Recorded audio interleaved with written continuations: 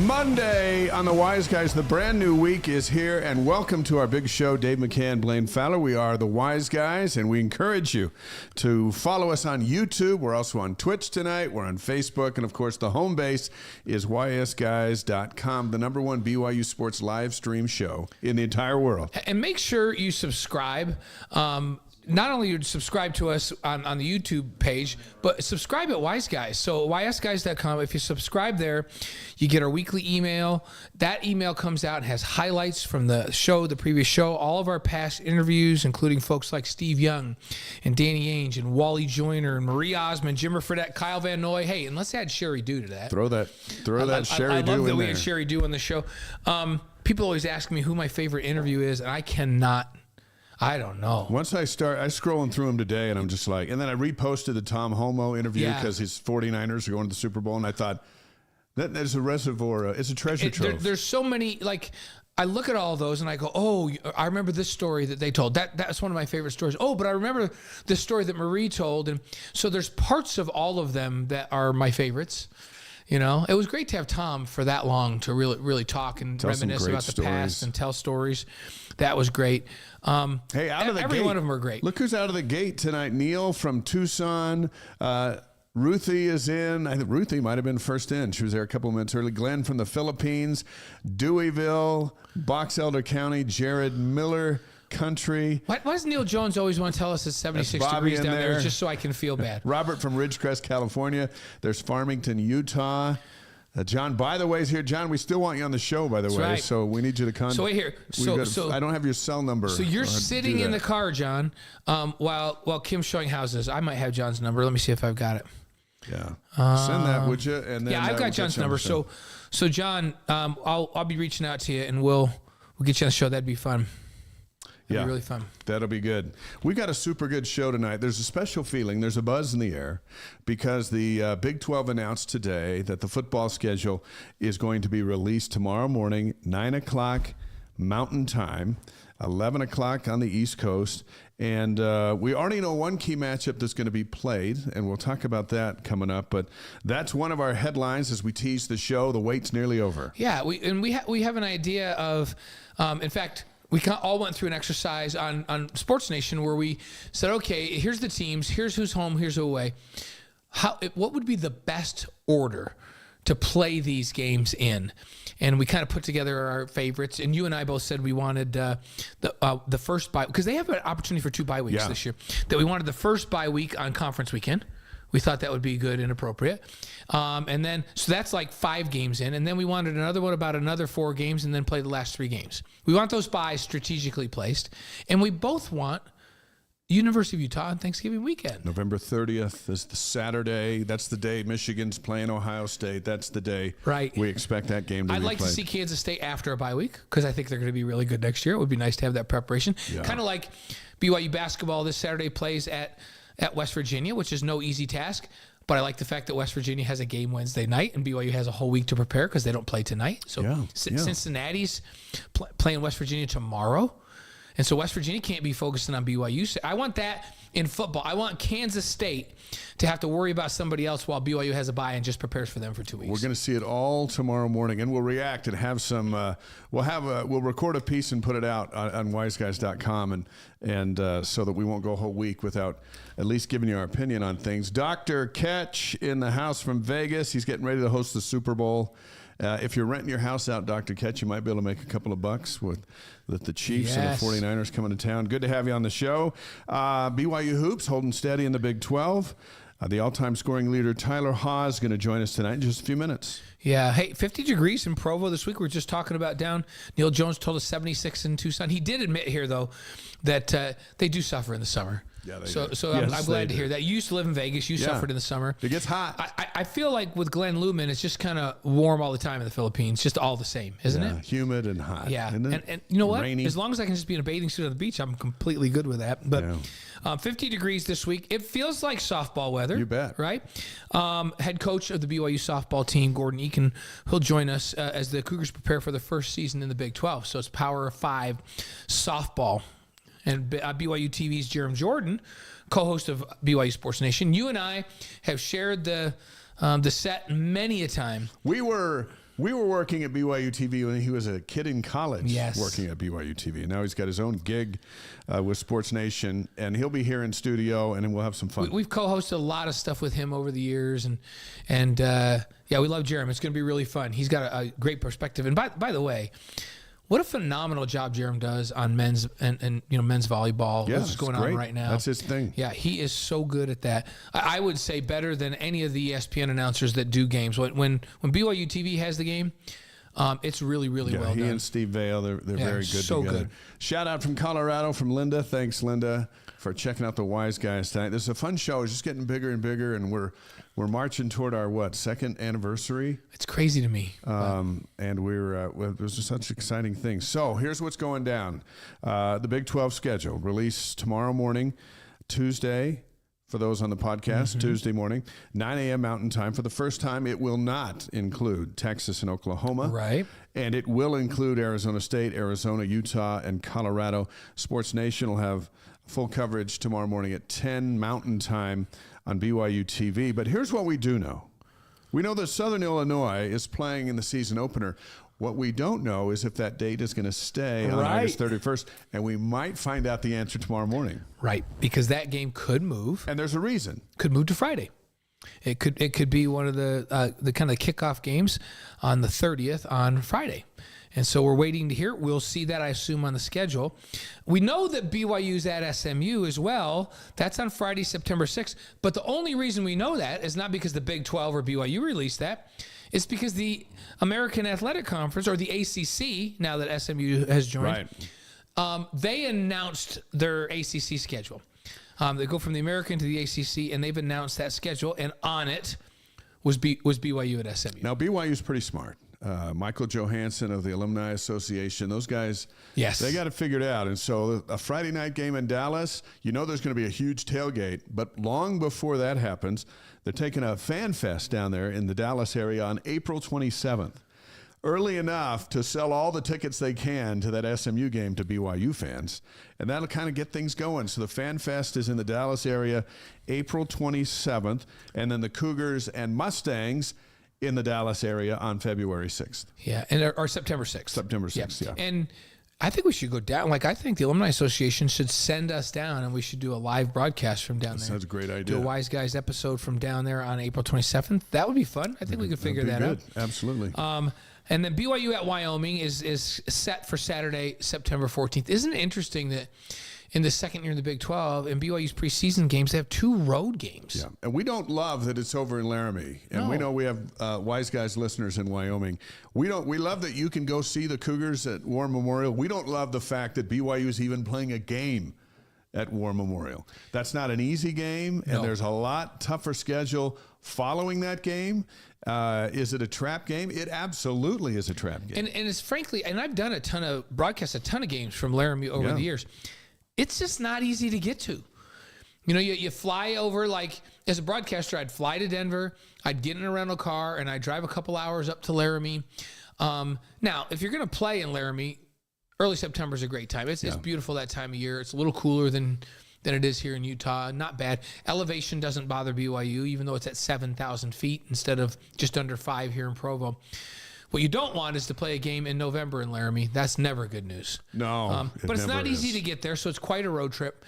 This is a Super Bowl for Wyoming fans. It's a big game, and it's an old rivalry. And it tells you a little bit about Tom Holmoe. But when they went to the Big 12, they easily could have gotten out of this game. They could have just said, sorry, we have to buy it out or do whatever we need to do.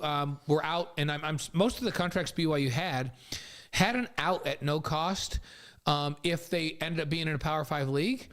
But it's, Tom said, no, we said we're going to do it. We'll do it. Yeah. So. Yeah. And they got a new coach over there at Wyoming. There'll be a new quarterback. So there's some newness that BYU will be going over to take on. Hey, Linda Murray agrees with us, Dave. She says that we absolutely should be down at the Fan Fest. We should be there. Yeah, and she's going to the SMU game too. There's going to be so many BYU fans in some of these venues this year. Arizona State, for one. Cougars haven't been there since 2016 when they were in Glendale to play Arizona, and they filled that stadium up. Now they've waited 8 years for this. Yeah, this will be big. So the Big 12 opener is going to be Saturday, September 21st. We don't know who We don't know where. We'll find that out in the morning. But we figured that's when the opener is going to be, and then after that, it's game on. Right, and we know the home games. We know that coming into LaVell Edwards Stadium will be Arizona, Kansas State, Houston, and Oklahoma State. That's a great home lineup. That's awesome. A rival any year BYU's ever had. We just don't know what order those are coming in. And then road games, BYU's going to be at Utah. We've known that for a long time, right? Yeah. At Arizona State, as you mentioned, at Baylor, and at Central Florida. And I like those road games. Yeah, and BYU's played at Baylor before, so that's not new to them. They've played at Arizona State before. Not this group of kids, but there's a army of right, and they'll BYU have plenty of fans fans down there. that. And I'm trying to think, they haven't played at Central Florida, I don't think. Not since the Boca Raton Bowl. Right, that's the Boca Raton Bowl, and that's actually at Florida Atlantic. In Orlando. Yeah, in Orlando. The bowl that's in Orlando is the old Citrus Bowl and then Stadium. Remember we got beat a few years back when we got jobbed on a pass interference call in the end zone. Yes. And they end up winning by 7. I'm trying to think who our quarterback was. I think it was someone help us. When did BYU play UCF? Was it Zach Wilson? No. And then they came to Provo. That's right. I want to think it's But they haven't played at Central Florida, right? They played them in the bowl. Yeah, and I think that road game was at Central Florida. It was in Boca Raton, and it was it at Central Florida? Did they play a road game at Central Florida? Hey, anybody out there that knows this? I'm going to try to look it up. Chime in. Dave's looking it up. Jess Cromwell from Saratoga Springs, welcome in. We're glad. Hey, we're glad to have anybody. Hey, if you're from Provo, chime in for Pete's sakes, right? But yeah, it's not an unfamiliar road schedule. And BYU's used to being on the road. In Independence, man, there were times they would go East Coast, back East Coast.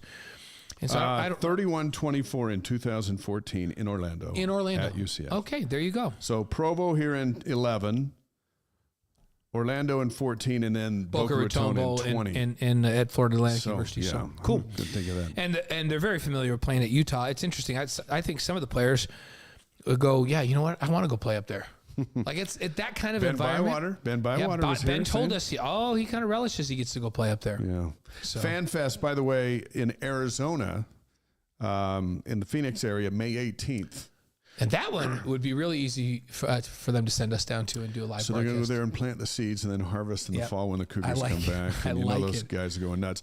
Here's an interesting news and note that jumped off the page to me. Saturday, August 21st, the first game of the season, Florida State, Georgia Tech over in Dublin, Ireland. Yes. Man, that seems earlier and earlier. August 24th, a college football game. We'll take it. And then we think the next week, at least it'll be the 31st, maybe the 30th, that BYU will begin started. Right. Hey, on the East-West Shrine Bowl, some news out of there. BYU players involved in the big game. Thursday, February 1st, 6 p.m. Mountain.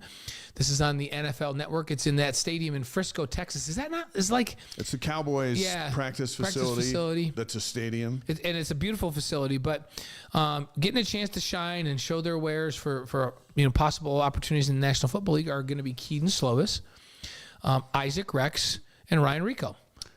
I really hope Slovis gets a chance to sling it. He hadn't been healthy for so long. We haven't seen him healthy since the Arkansas game. But he's healthy now and a great chance to go showcase his arm for the pro scouts and have a good game. I'm eager to see him on the field. It's been forever since we had him out there. If he's 100% healthy, I'll tell you what they're going to see is what we saw when he was 100% healthy before the season even started, is a guy that can make every throw all over the field. And he fits an NFL offense better than he fits BYU's offense. BYU wants all this RPO stuff. There's very few NFL quarterbacks that survive very long running the RPO. Yeah. Because they get hit. They have guys that run around. Gary Bohannon's going to be sitting in that seat next week. That's right. He runs the RPO. Right here. I'm going to ask him how he's going to stay alive. Yeah. Well, college football's a little different. But, Lamar Jackson runs around. I don't know that he runs RPO. He was running all over the place yesterday. Yeah, and it didn't result good. Beaumont, Texas is in. Mahomes runs around. Michael. Not very much by design. No, it's all ad-lib stuff, right? So, Maddie, yes, we're going to talk about the Super Bowl and Taylor Swift, but that's going to be just a little bit later on, so you'll have to hang on with that. We're going to talk about Taylor Swift. Of course we are. She's part of the game now. She's very talented. We're going to say that, right? We're going to discuss the challenge she has to get to Vegas. And so that's coming up a little bit later on. Here's the thing about Vegas, though. Vegas is used to hosting big-time stuff, right? Oh, yeah. Like, for host a Super Bowl, big deal. Vegas hosts all kinds of big stuff. Back in the day, like, you were there ringside when you were a sports caster in Vegas for some of the biggest this is back when a heavyweight boxing match was kind of the biggest sporting event in the world. It would rival the biggest World Cup soccer matches.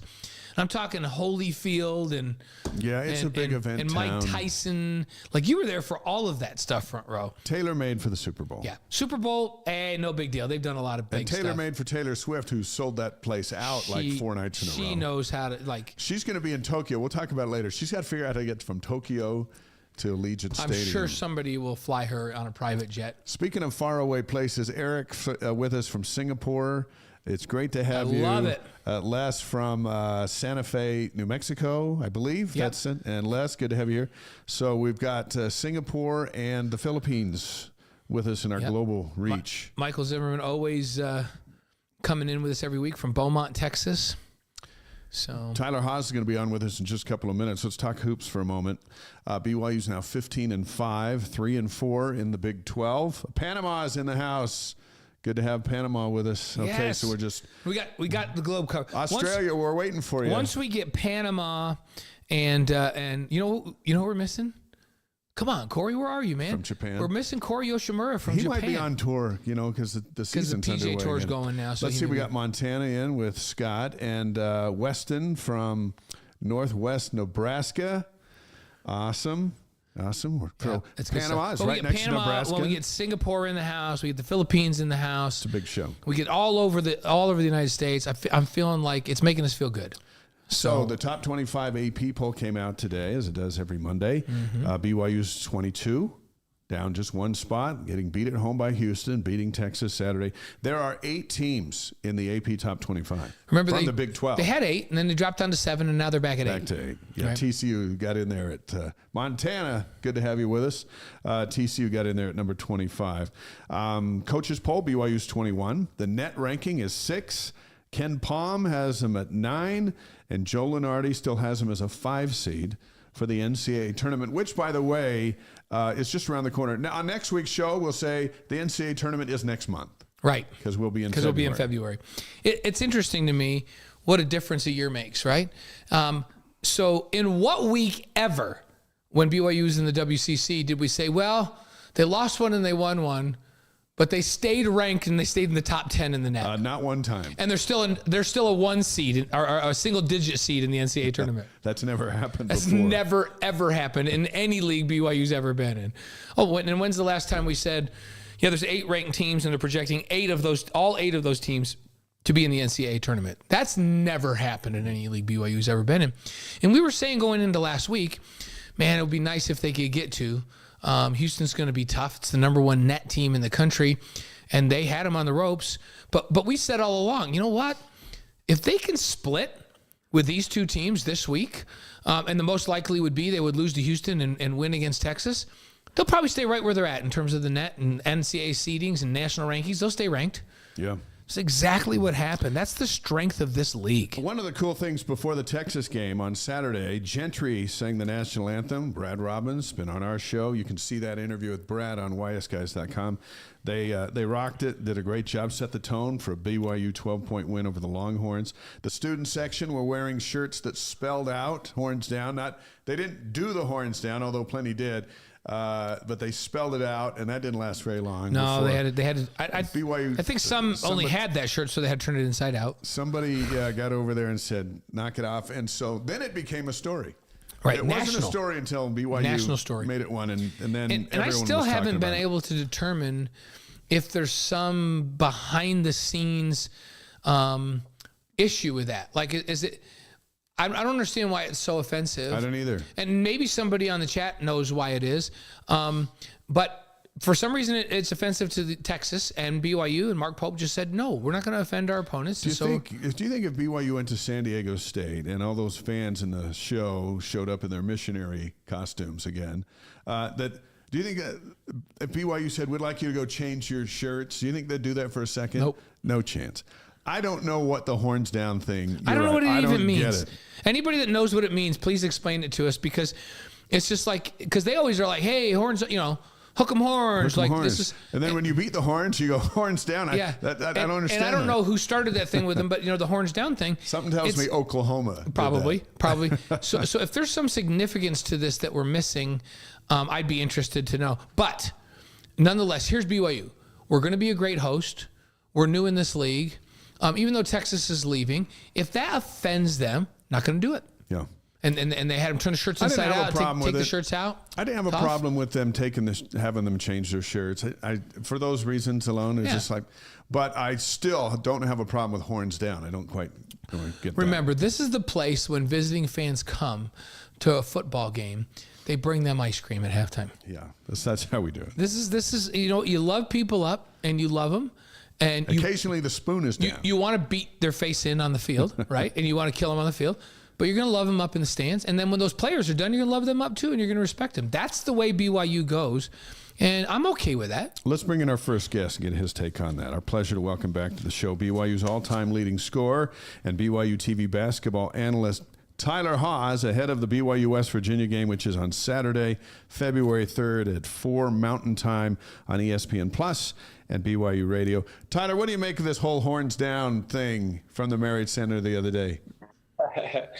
Well, I think some of it, I go back to my playing days and all the stuff that I heard in my time, and I'm like, I think some of this stuff we got to just let go. College students are going to be college students, but hey, I get it. We want to, be respectful and win the right way, but I think everybody needs to calm down a little bit. Amen. Yeah, Amen to that. I'm trying to think. Did you ever play a game at Wyoming? I did. Yeah. My freshman year at Wyoming, at San Diego State. At the pit? You played in the pit? I played in the pit. I mean, there were some things said that are going to be hard to repeat. Well, you don't have to repeat. I just know because I broadcast games in all those places, right? And I played in the olden days in all those places. But the pit and Viejas in San Diego and the Dome of Doom, as they used to call it, in Laramie, those are tough. Those are tough places. Utah State and Utah. Right. The Spectrum's no easy place to go. Right? So, oh my goodness. Hey, one of our chat right off the bat says, as Maddie Floyd says, to ask you, Tyler, would BYU have beaten Utah State this year? And I know your father-in-law is a huge Utah State guy, right? Yeah, we were just out to dinner with them the other night. So Tyler's father-in-law is Alan Raymond, and he is a big Utah State guy. Played up there, like he loves Utah State, right? So what do you think of that matchup? Well, it would be a very interesting matchup. Utah State has had a great season. I mean, Danny Sprinkle has those guys locked in. They just had a huge win at Boise State. That would have been a really, really fun in-state game this year. But hey, I got to go with the Cougs. The Cougs provide such a tough matchup with Khalifa at the top, and I don't know if they would have had an answer for that. They were going to play at the Delta Center, right? But BYU wasn't going to extend their series to where the Cougars would go to Logan. They don't need to go to Logan anymore, and then Utah State was kind of bent out of shape. And they're like, well, then we're not going to do it at all, and we really missed out on a state tournament type atmosphere up at the Delta Center, which we would have had this year, but. There was quite the atmosphere at the arena Saturday, a sold-out crowd against Texas, and fans saw BYU shoot 64% from the field, 41% from the three-point line, and a stunning 86.7% from the free throw line. What's your takeaway from Texas?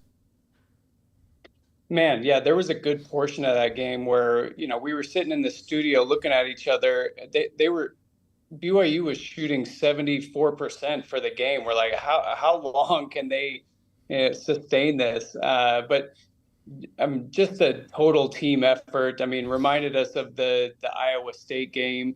These Big 12 teams, they make you beat them not once, twice, but like 3 or 4 times going down the stretch. They just keep coming back. And BYU just handled business on both ends of the floor, made the plays that they needed to, and kind of ran away with it. But I feel like that was a big turning point in the Big 12 for this team. They had some bumps in the road, had some games they should have gotten in the first 6, and so I feel like kind of a turning point for BYU. They discovered some things in that game that they've been trying to find. I think they finally have figured out a good flow with Khalifa and Foose, and finding a way to play with both of those bigs. What was really fun to watch. I've been waiting to figure out how to have Foose back in the rotation of things. I think he's such an asset to that team. Provides a different dynamic. And so be interesting to see how teams kind of adjust to that. It's always the cat and mouse game in whatever conference you're playing in, right? You're trying to stay ahead of game plans and things. But I think that 1-2 punch with Khalifa on the outside, playing the back door, that passing game, and then Foose inside, playing back to the basket, that will be really hard for teams to game plan against. And then you got all the shooters on the outside. I feel like BYU is kind of hitting their stride right now. Tyler, you and I talked about this off the air the other day and on the air a little bit, but in this game against Texas, they said, we're not going to leave shooters. We're not going to help. So now Foose comes in the game, and BYU says, okay, you're going to be there on the catch on the perimeter. We're going to throw it into our guy and see what you do. And for the most part, they didn't double him at all. Yeah. Like they just said, we're going to define they have a 6'9" NFL caliber center that they're like, we think he can cover him. And Foose made it apparent that he couldn't. So if you're West Virginia now, and remember, West Virginia plays Cincinnati tomorrow night first, then they can focus on BYU.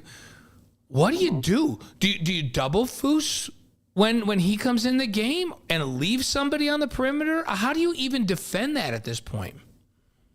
Well, yeah, I think you got to mix it up, right? I think you got to keep Foose guessing. Foose, he's so unselfish in the post. As soon as he sees a double, he's very willing passer, but he's going to try and bury that post in.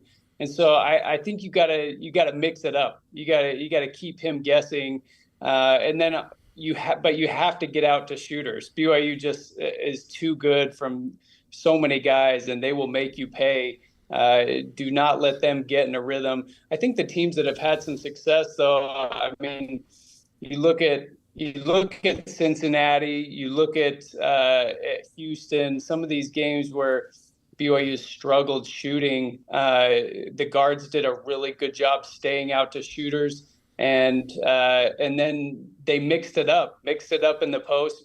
They didn't let guys get easy catches. We always talk about in the Haas house, doing your work early.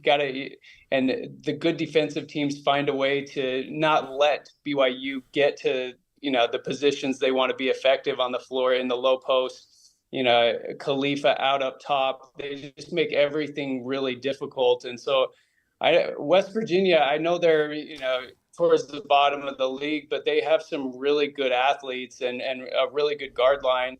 And so, it'll be interesting. There's no nights off in the Big 12. And so expect to see some tough D from West Virginia. BYU's all-time leading scorer, Tyler Haas, is on the Wise Guys tonight, live on YouTube, Facebook, Twitch, and ysguys.com. Top 3 scorers in program history. Number 1, Tyler. Number 2, Jimmer. Number 3, Danny Ainge. Wow. That's how that goes. 1, 2, 3. And someday you'll have to explain to your kids who's Danny Ainge and who's Jimmer, but you'll always be you'll know who Tyler number 1. is. And I don't think anyone's going to get you. I want to go sit at the Haas table one night when you got Marty and Tyler and TJ. You and I, Dave, got to be on set. You and I and Tyler and TJ. Yeah. And that was really fun. And TJ said something to us. I was like, I love that phrase when he said the ball finds energy. It's like the ball finds energy. That's why Richie Saunders is always getting 50-50 balls, because the ball finds energy, finds Richie because he's always got energy. Now, Tyler just laid on us, do your work early. That's a Haas statement around the kitchen. I just want to sit around and just take notes when those three are talking basketball at dinner. Yeah, and I'm not sure who would be the one cracking the jokes. I'd like to think it's Tyler. Hey, we'll ask this question of our live streamers, too, and ask you, Tyler, who's the surprise player so far? Who would be number one on that roster that you would say is the surprise player through this stage of the season? I think for me, it's been Ollie Khalifa. I know there was a lot of hype around him, but it took a while for him to kind of get integrated into this BYU team. And, one of the big question marks for me coming into the year was, obviously BYU had to cut down on turnovers. The season before they averaged up around 20 turnovers, but they wanted to improve 3-point shooting. That was a heavy emphasis in the offseason. And, playing against some of these high caliber teams, in my time, we played against a number of Big 12 teams. And I just remembered how tough it was to get a shot off. You had to work as a team to get good shots and get good looks. And so one of the question marks for me was, how is BYU going to be able to shoot that many threes and shoot them effectively? And because there's just going to be extended pressure. These big, strong guards are going to extend the pressure, make everything difficult. And I've been so surprised by how Khalifa has just alleviated that pressure. I mean, his passing ability, being able to, one, he's a threat from the outside. And so he pulls that rim protector out. But then, Trevin Nell, Spencer Johnson, Jackson Robinson, all these guys, they play this two-man game with Khalifa, and even Noah Waterman, we saw it last game. I mean, if you go under that handoff or that little ball exchange, they just step back and shoot, and they force guys to trail them, and they get easy layups by curling off of that, cutting hard. And my game, when I played, it was so much about that cat and mouse game of keeping guys honest, right? And so I would have loved to play with a guy like Khalifa, because it would have allowed me to mess with my defender and keep him honest all the time. And I think this BYU guard line is having a lot of fun with that, with these over aggressive guards, and they've been able to make them pay. And the games that they do it right, it is so fun to watch. And I knew he was a good passer, but it's been a big surprise for me just how well he is fit into this BYU team. You mentioned Noah Waterman. I swear, Dave and I still will sit there and go, where did this dude come from?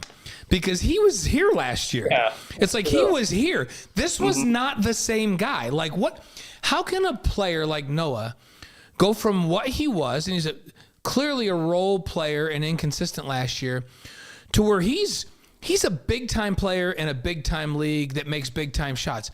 How does that happen in 1 year? What's the difference with him from last to this? Yeah, you got to give a lot of credit to the coaching staff and what they did in the offseason and how they worked with him. And one of my favorite things about Pope when he was an assistant, when I was playing, was just talking through your mentality, talking through your focus, talking through how you're approaching the game, what you're seeing. And so, we all knew Noah was very talented, and he's the tallest dude on the team and can handle the ball, can shoot it from deep. And we saw flashes of it last year, but there was some inconsistency. But I remember talking with Nate Austin before the season, and I was like, hey, who's surprised you so far? And he's like, oh, it's by far Noah Waterman. He has made the biggest improvement out of anybody. And that totally took me back. I was expecting him to say some other guys, but it's been so fun to watch him. We hear another Haas, philosophy thing. We talk about how your defense should fuel your offense, and I think going into a game, Noah does that, because there will be games where he scores 5 points, and then there'll be a game he scores 15 to 20 points. And it doesn't matter this year. His defensive presence, his rebounding presence is always there. And I think it's just been a mentality shift on his part to be like, okay, I'm not going to worry about the scoring. That will come, but I am going to be relentless on the boards. I'm going to have a presence defensively. I'm going to be locked into the game plan. And it's been really noticeable and fun to watch. We look forward to the book coming out on things that the Haas sayings, which I love. Guys say at the house. We look forward to that. Hey, John, and the movie. John, by the way, and I think you know John Tyler. He was saying, I think Tyler served in a mission in the Philippines. You did serve in the Philippines, didn't you? I did. Yep. Yeah. So yep. Philippines. Did you speak Cebuano or did you speak Tagalog?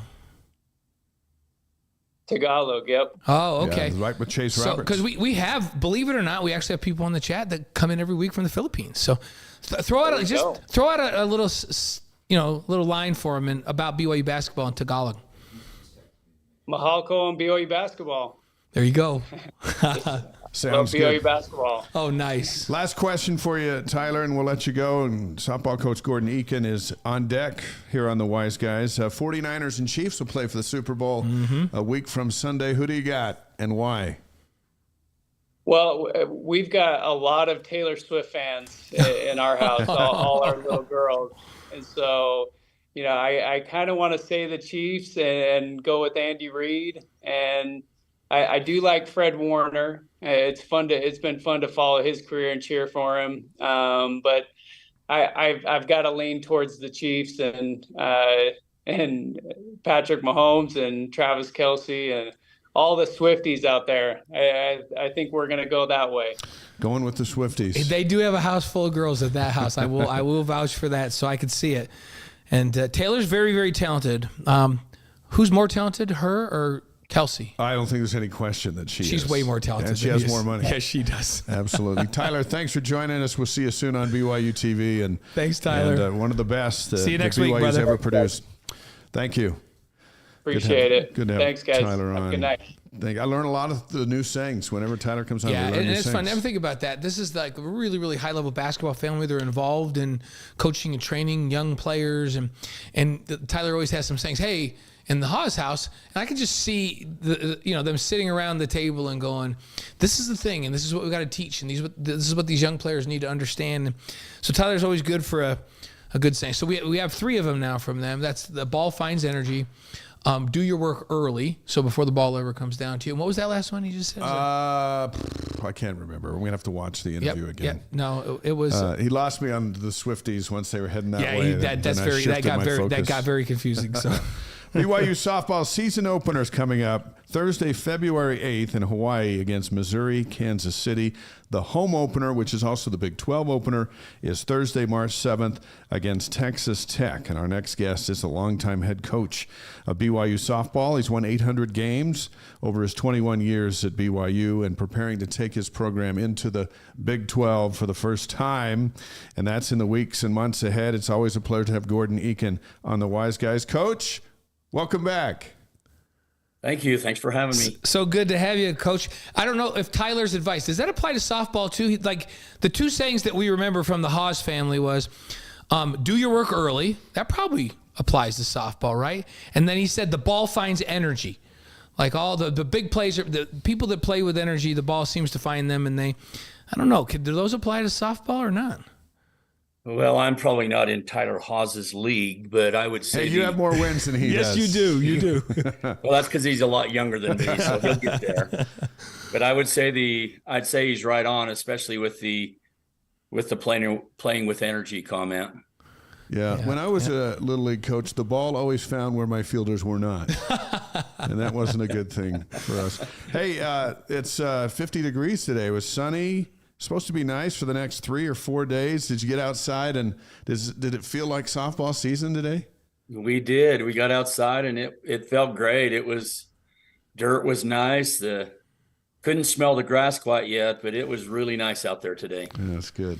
Brenda, my wife was telling me the other day, she goes, "Do you smell that?" And I said, "What?" She says, "It's like it's thawing. Like I feel like I almost smell grass." Like she almost smelled grass, she said. I said, okay, spring is just around the corner, which means baseball and softball. This weekend. Yeah, it's going to snow again. It's going to snow again this weekend. Well, baseball and softball coaches know what grass smells like for sure. And you get to go smell some grass over in Manoa, Hawaii, as you open up on February 8th against Missouri, Kansas City. So that's kind of a fun break to get over there. And how important is that to take the team on the road and team build a little bit, but also have an opportunity to play in good weather over there? Well, we are primarily going to Hawaii to take our 3 players that are from the island back home to play in front of their families. I think we owe that to them, and their families turn out great. It's going to be a great environment and a great experience for our 3 players from over there. And so it's great competition. It's paradise. So I think you add all those things together, and it's a very great place for us to start. Oh, yeah. You had me at paradise. Yeah. I didn't even hear the word competition. We've been volunteering to go to any warm place and do a broadcast live from there. I think Dave and I should call that game over there. Coach, Power 5 softball is here. Does it, you're still a little bit of ways away, but does it feel like it? Watching football and basketball every night, it sure feels like it, especially basketball right now. It is a dogfight every single night out there in every game in the Big 12, and that's the way softball is going to be. So, yeah, it definitely feels like it. Yeah, Coach, in football, you have to have a quarterback. That's like we go into the Super Bowl. I'm picking the Chiefs and I had nothing against Purdy, but because they have Mahomes. Right. He's been there. In basketball, you got to have a point guard, get you into your stuff. In softball, you got to have pitching.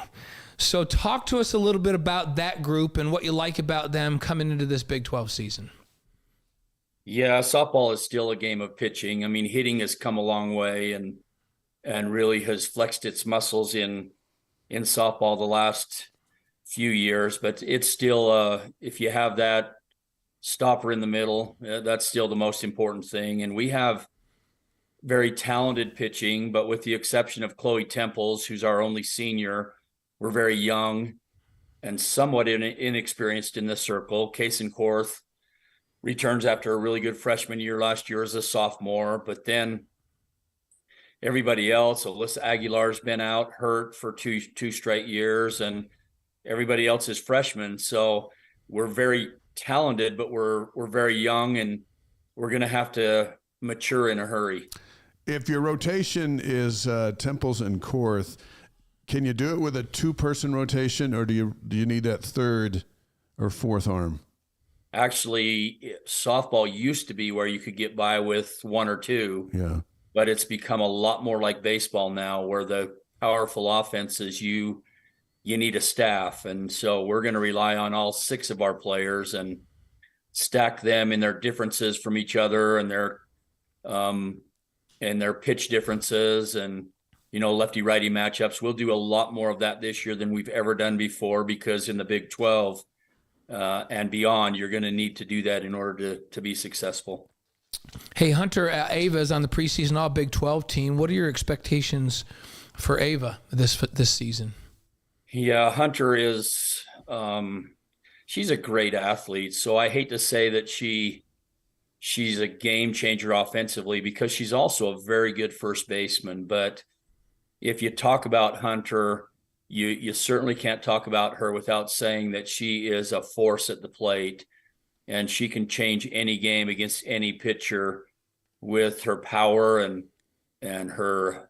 I mean, she's mentally tough. There's no situation that's too big for her. And so Hunter's going to be a huge part of our success this year. And I think she's going to have a breakout year, being her senior year. BYU softball coach Gordon Eakins on the Wise Guys tonight, live on YouTube, Facebook, Twitch, and ysguys.com. We're on all over the world tonight. We did our roll call earlier, and a lot of folks getting ready for spring sports because we're getting tired of winter. Nobody signed in from Hawaii today. Not yet. If you're out there, Hawaii, but we've got the Philippines in the house tonight, Coach. We've got Are they still on the beach? Panama in the house. We've got Philippines Singapore.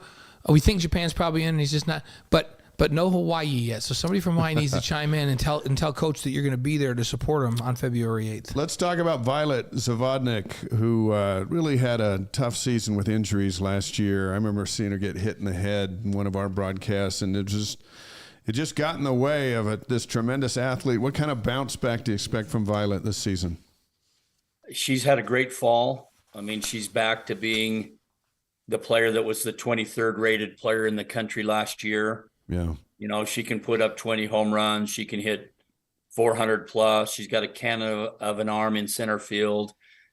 And I don't know if you never want to really talk about having an injury-free year, but I don't know if she could have worse luck than she had last year with 3 concussions and just on and on and on, where she could never really be Violet. But I think Violet's going to have a great year for us. Could be under the radar a little bit. I have a feeling when the postseason all conference team comes out, there'll be more than Hunter on there representing BYU. You're going in and a little bit of an unknown, although teams know the level that you guys have played at for a number of years. The team's picked 7th in the 10-team Big 12. What's your thought on going into this thing preseason at 7th? Well, I'll let other people who are smarter than me decide where we're going to fall. I think the Big 12 is very talented in softball. I think it's the number 1 softball conference in the country, with Oklahoma being the dominant team. And I think Oklahoma had 7 or 8 players on the all conference team. It's like their whole team was on there.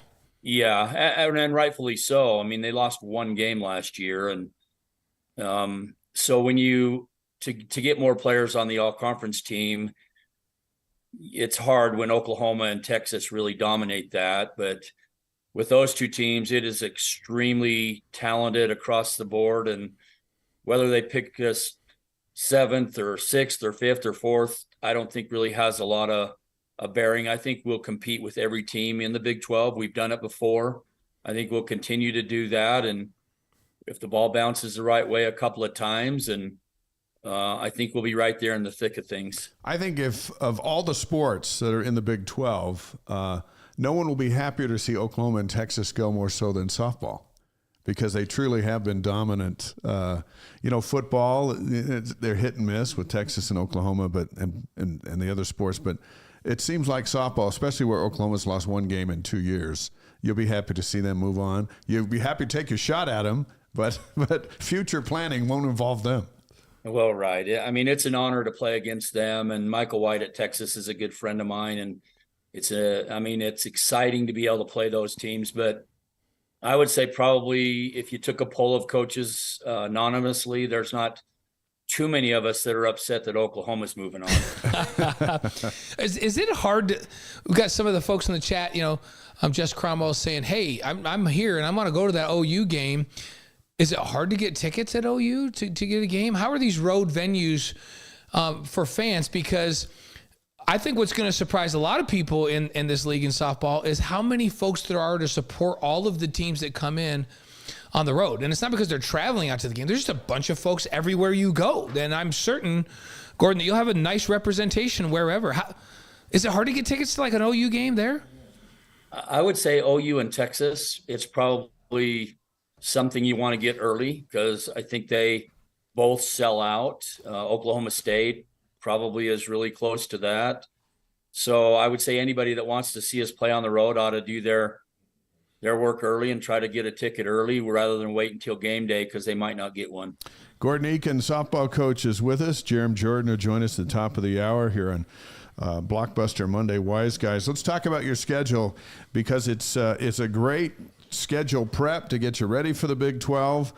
We mentioned over in Hawaii you're going to play 5 games. That'll include Ole Miss and Hawaii. But then you go over to the Littlewood Classic in Tempe, Arizona, and you get games with Arizona State, Virginia Tech, Illinois State, Memphis, and Cal State Fullerton. That's a pretty big week.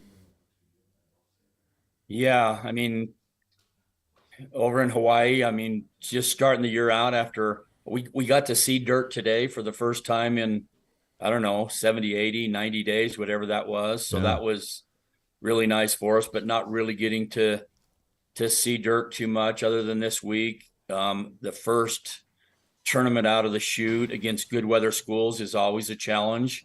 And then we go right from there to Arizona with Arizona State and Virginia Tech, which are 2 top 20 teams. Virginia Tech is very good. Arizona State is always good, especially in their own ballpark. Illinois State is really good. And then Cal State Fullerton's been a tournament team the last few years. And so we definitely have a tough preseason schedule getting ready to go into the gauntlet of the Big 12. If I would have had my way, I probably wouldn't have had quite so difficult a preseason schedule. I might have had a few cupcakes in there, but it's hard to do that in softball when you're asking to be in people's tournaments. You kind of get what you get. Hey, look, I can't see a better way to break in those new arms than ready throwing them up against these you'll guys. know whether you're 6 deep on the pitching staff by the time you come into that home opener. Big 12 opener is Texas Tech in a series that will run from March 7th to March 9th.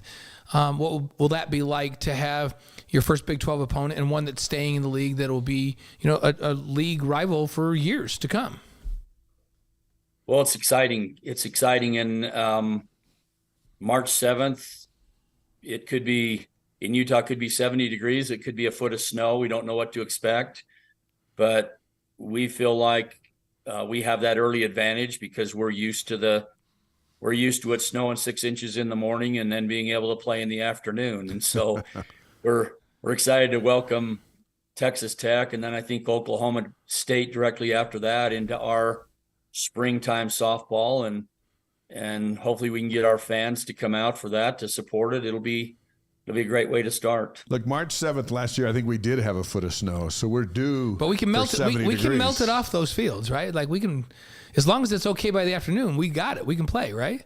Yeah, I mean, last year there was no melting it off because we had more snow than ever in my lifetime. But this year seems to be a little bit more on the normal side, and so early morning flurry of snow. Many times we've played in the afternoon after that. It's a fun environment over there at Gail Miller Field. Middle of March, there's March Madness with basketball, and that's when you're going to go to Texas, take on the Longhorns March 14th through the 16th, and then at Utah March 18th, and then back for Oklahoma State March 21st through the 23rd. If you eliminate Texas and Oklahoma, and we will because they're leaving, but you take them out of the mix, is Oklahoma State then right there as a key contender? Yeah, they certainly have been the last few years. They're a World Series team, and he always puts together a great team. He has great success in the transfer portal. So I would say Oklahoma State, is definitely a World Series quality team, and will pick up right where Oklahoma and Texas leave off. Your home finale is against Kansas, May 2nd through 4th. Another, programs could be a long-time rival over the years. B95 in those games. It could. Yeah, we'll start the year wondering if it's gonna snow, and then by May, you never know. It could be 90 on May 2nd through 4th. What's your expectation for Kansas coming into this year, and that'll cap the regular season before the Big 12 tournament?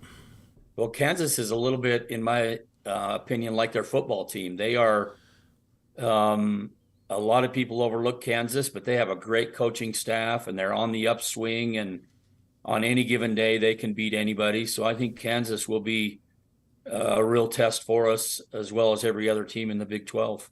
Big 12 tournaments, May 8th through the 11th in Oklahoma City. As you look at this gauntlet of a schedule, and I think we've asked every coach and used the same word gauntlet because they've all been tough. That's what it looks like. And you think back to the WCC where you were very successful. LMU was the contender with BYU, and now you almost have you've got 10 LMUs or maybe more than that in this Big 12. And basketball kind of gauged it with their experience with Gonzaga. Okay, it's going to be Gonzaga every night. Those battles with LMU, which often determined who got to the NCAA tournament, especially in recent years, is that a precursor to every single battle in the Big 12? I think no disrespect to LMU. They're a quality program with great coaches, but LMU, their strength was in their pitcher. Yeah. She was really good, and she carried them. But now going into the Big 12, you have that type of pitching throwing against you with the best hitters in the country hitting off you. So I would say it's LMU on steroids. on legal steroids, though they don't test for those. Correct. That sounds like what every coach has told. And because they've said, Mountain Dew with the extra stuff in it. Yeah, it's crazy. And so you've watched the other sports on campus make their Big 12 debuts. I've had a chance to watch soccer, women's volleyball, football, men's, women's basketball. What'd you learn watching what they've gone through in this first season? And what's your thought on going through this debut season? I think what I've learned is Jennifer Rockwood has an elite program, and the WCC in soccer with Santa Clara and some of those other schools was elite, but Jen just puts together an incredible program every single year. I think I respect her so much. What I've learned about the Big 12, I think right now, watching football, I learned a lot that it's 1 week after another. There's no rest, but I think every time I watch basketball, my palms are sweaty during the game while I'm sitting on my couch. That is just such intense competition in basketball, and I'm thinking we're gonna have to be resilient and be able to pick ourselves up off the ground when we get knocked down. And I think my palms are going to be sweaty during the softball season as well. But I think our kids can handle it. I hope we represent as well as Mark Pope's teams have, because I am so impressed with what basketball is doing right now in that conference, and I'm hoping that we can do the same. Hey, even women's hoops the other day took 4th-ranked Kansas State to the wire. That was something. Had a chance to win it. Well, and I think there are some parallels, because Mark Pope's team was picked to finish 13th of 14 in this Big 12. Nobody's saying that now. And well, the funny thing is they might finish 13th out of 14th. True. That's true. But they're still a higher seed in the tournament, because that's just the conference. Yeah, you're right. A couple more questions for Gordon Eakin on our live stream. Richard from Panama. Let's see. We've got Sam from Bakersfield. Others chiming in. But here's a question from Bobby Gardner, Coach. Does Utah still have a men's open class fast pitch league? Miller Toyota was always fun to watch during the days of 47, the July 24th Invitational, and you played in that for a long, long time. Is that still a thing? Well, I played in that for Larry Miller Toyota, which was terrific memories, and maybe he got to see me play. But that has men's fast pitches died out in Salt Lake and all over the country. It's a shame, but it's alive and well for the women. But it really has kind of gone by the wayside for men's fast pitch. All right, Bobby, there's your answer. Yep. All right, let's finish with this one, Coach, and we're looking forward to watching you play all season long, and we'll call all the games on ESPN Plus with our BYU TV crew. You got the 49ers, you got the Chiefs next week. I'm sure that you've got loyalties to Andy Reid, but there's also Fred Warner on the other side. Who do you got and why? Well, I love Fred Warner and Steve Young, but I'm a Chief. Yeah. I respect Andy Reid so much, and then, I don't know how you can watch that quarterback on that Chiefs team. Mahomes, yeah. I knew his name, but that's what I'm saying is I don't know how anyone can watch him and not want to bundle their insurance. Well said. Andy's done a lot of commercials these days too. Like, it's so fun to watch him doing insurance commercials as well.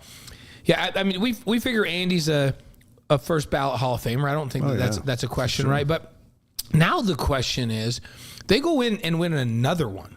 That'd be 3. That's 3, and Andy's done it like Bill Belichick.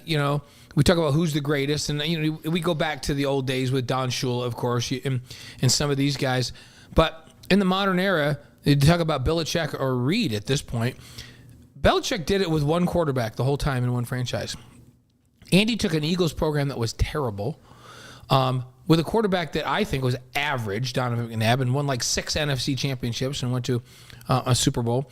Then he takes the Chiefs, and they were miserable when he got there, and he got him to an AFC championship with Alex Smith, for Pete's sakes, and then now he's multiple Super Bowls with Patrick Mahomes. So here's the question for you. This is a hard one. Is he better than Bill Belichick? Is Andy a better coach than Bill Belichick? You asking me that? Yeah. Come on, Gordon. Absolutely. Yes. Absolutely. Well, you didn't even hesitate. No hesitation at all. I think Andy is the best of the best, and I love Belichick, but And I will say this about the 49ers. I really the reason why I would not be totally disappointed if the 49ers win is because of Purdy and how he said that he's defined in God. And in today's day and age, I just really respect someone who dares to stand up and say that he feels that way. I think it's a little bit hard to get criticized when you say that. So last night, as I was cheering for the Lions to win, every time Purdy ran the ball and killed us, I just remembered what he said about that and kind of eased the pain a little bit. So go Chiefs, but if the Niners win, it's for Purdy. All right. I saw a tweet that said, Mr. Irrelevant is Mr. Relevant. Oh, yeah. With Brock Purdy. He's been that good. And he doesn't get enough credit. I was talking to a buddy who's been in the Bay Area, former All-American linebacker from Oregon. He's like, this kid doesn't get enough credit. Like, the fans haven't embraced him the way they should. Well, he's getting it now. You win the Super Bowl, you get it. You get a chance. So. Coach, thank you so much for being on the show, and enjoy the sunshine tomorrow and the next day. Let's just live for the next 2 days. Don't look to the weekend. Let's just enjoy tomorrow and Wednesday as the softball team gets ready for the season. And you'll be on the road for a long time, but we'll see you when you get back for Texas Tech for sure. And I hope you think about us, because we're going to be thinking about you when you're over in Manoa in Hawaii. We will be wishing we were with you. Well, and we will wish you were with us, but we'll enjoy it even though you're not there. And I think that was well said. I think all of us need to enjoy every day and quit trying to look forward, because you got to be thankful for what you have right this minute. 800 wins, the great Gordon Eakin. Thank you, Coach. We'll see you at the ballpark. Amen to that. Thanks, Coach. Okay, thanks. What a successful. There's no coach with more wins than Gordon Eakin on campus. Yeah. And that's a program that will compete right away, like he said, and they'll compete in the long haul too. Such a great coach over such a long time, and such a good man. We'd love having Gordon on the show. Our next guest is the co-host of BYU TV's BYU Sports Nation with Spencer Linton, and he's also BYU TV's voice of men's volleyball, hosts of BYUSN Basketball Countdown, a rugby enthusiast. It is our pleasure to welcome Jerem Jordan to the Wise Guys, making his Wise Guys debut. You know, his show is typically in the mornings. Yeah. And our show on Mondays is at night, and so this is late for me. The planets had to align. Plus, he's got kids, so no one's sleeping anyway. Yeah, and his wife's going to kill us for having him out here, but that's okay. Once in a while, we have to have him. She may not even be sure what event is going on tonight. That's good. It's okay. That's good to know. It's great to be here. It's good to have you here. The Big 12 schedule comes out tomorrow morning. What are you hoping to see? I'm hoping to see, obviously, Utah at the very end there. Yeah. I would like Utah as the final in that proper week, right? I laid it out, like a month ago. I can't exactly You and I did a show together where we did our picks of how we were going to do it. Yeah, you hosted that show, yeah. So, just pull that graphic. Yeah. No, I would like as much as you can get the Arizonas later in the year. I think that would be good. For weather, UCF later in the year would be nice for so weather. They're not hot down there. Yes, right? I would love Kansas coming into town on a Friday night. The return of Jeff Grimes, I think, would be really fun. Yes. That would be awesome. So those are some of the nuances. But I'm still in the honeymoon stage with all this, guys. Yeah. Where I'm like, I'm just happy to be in the Big 12. This is awesome. Men's basketball season has been so fun. Obviously, it's fun when you win. That's why basketball is a little easier than football in that regard. But, hey.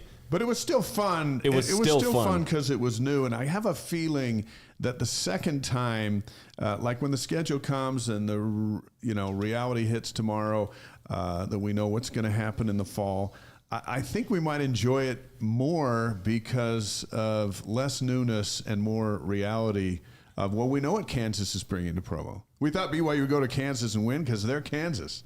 And BYU was ahead at halftime and all that stuff and lost the game. Well, when Kansas comes here this time, BYU knows they better have their A game or they're going to get beat again. Kansas got good at football. Yeah. Who now they have thunk 3 it, losses right? in basketball. Like, what in the world?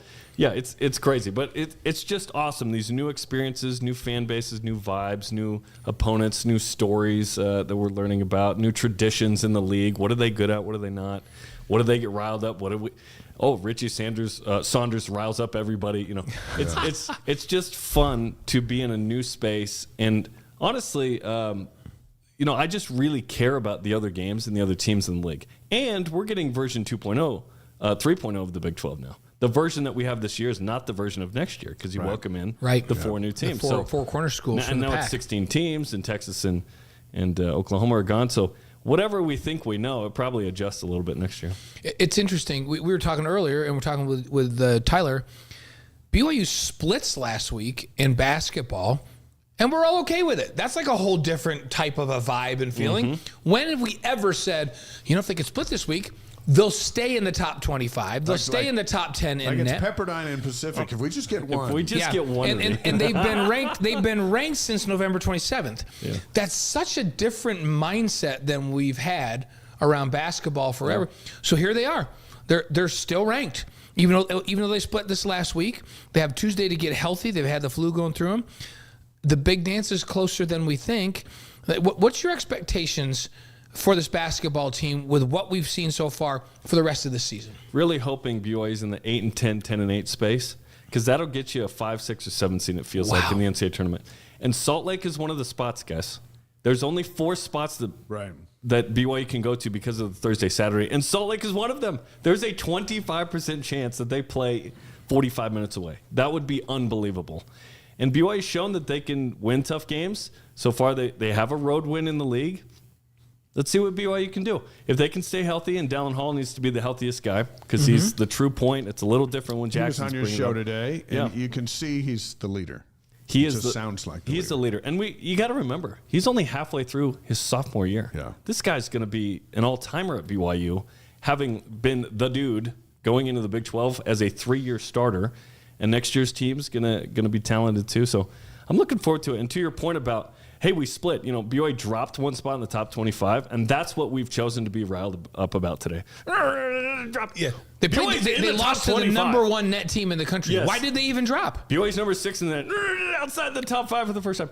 These are wonderful things to be complaining about. They really are. Rob from Ridgecrest, California, is on the live stream tonight. We appreciate everyone identifying where you're from, and look for the podcast out tomorrow morning. Men's volleyball is flying high.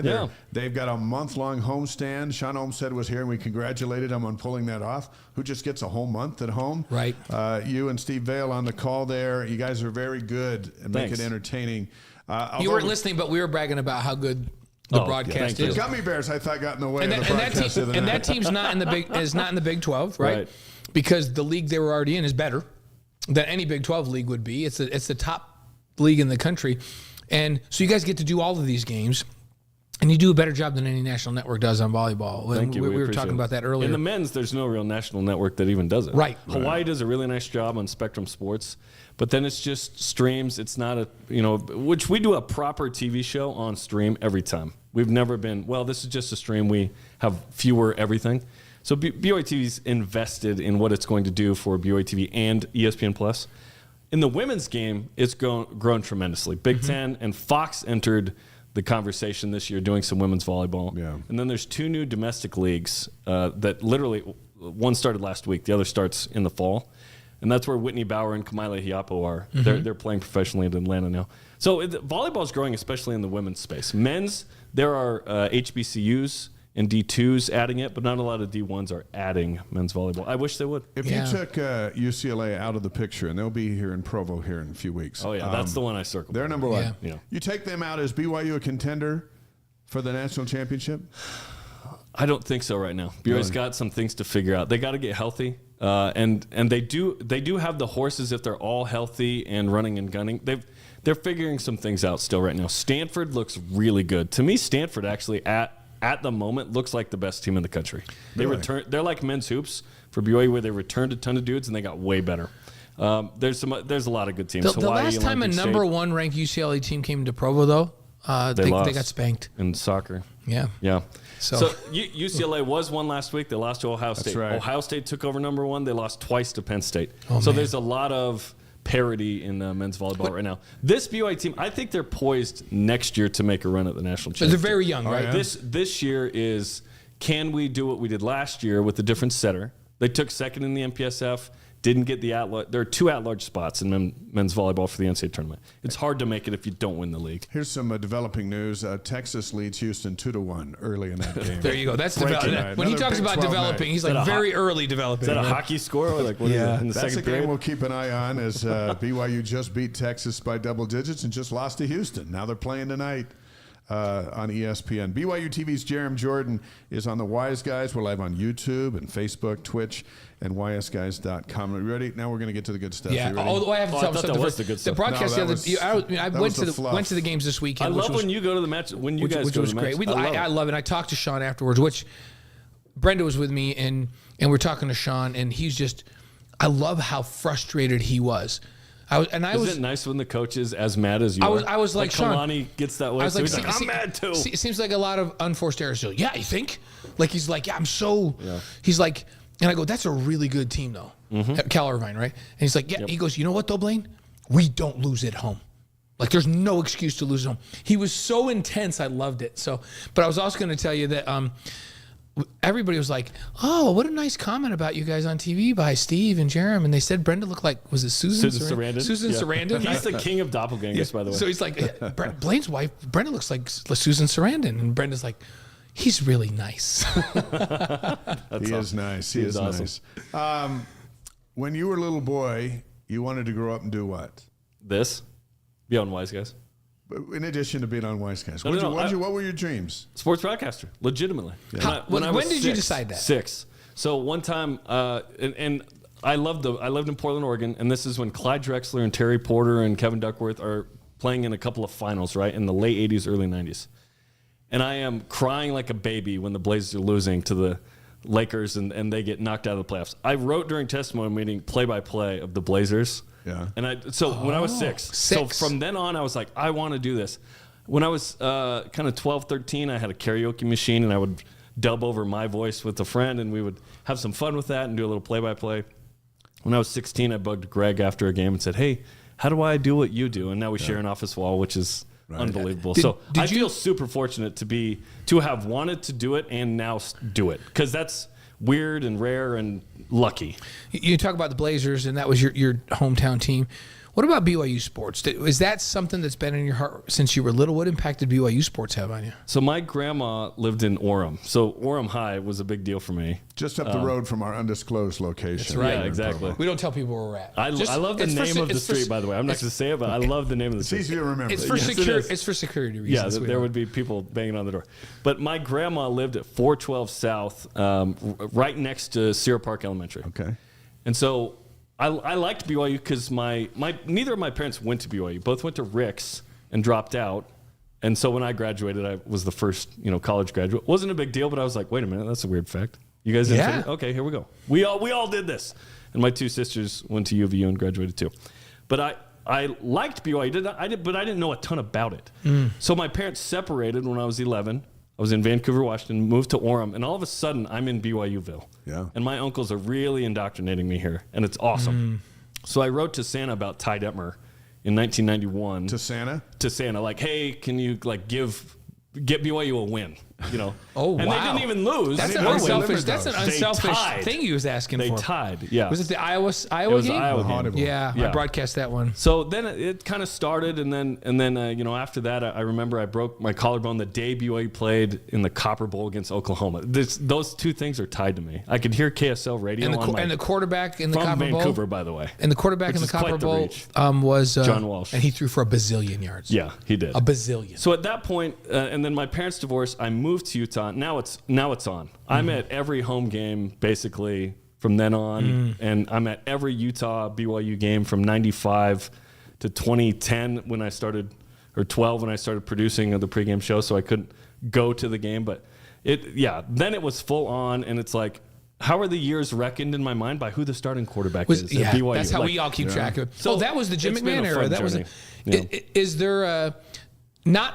I'm going to take you pre-broadcasting career at BYU, and then we'll do post. But pre-broadcasting career, so growing up as a child. Now that you're into BYU, is there a favorite sports moment in BYU history that you remember growing up? Like before you were broadcasting it, yeah.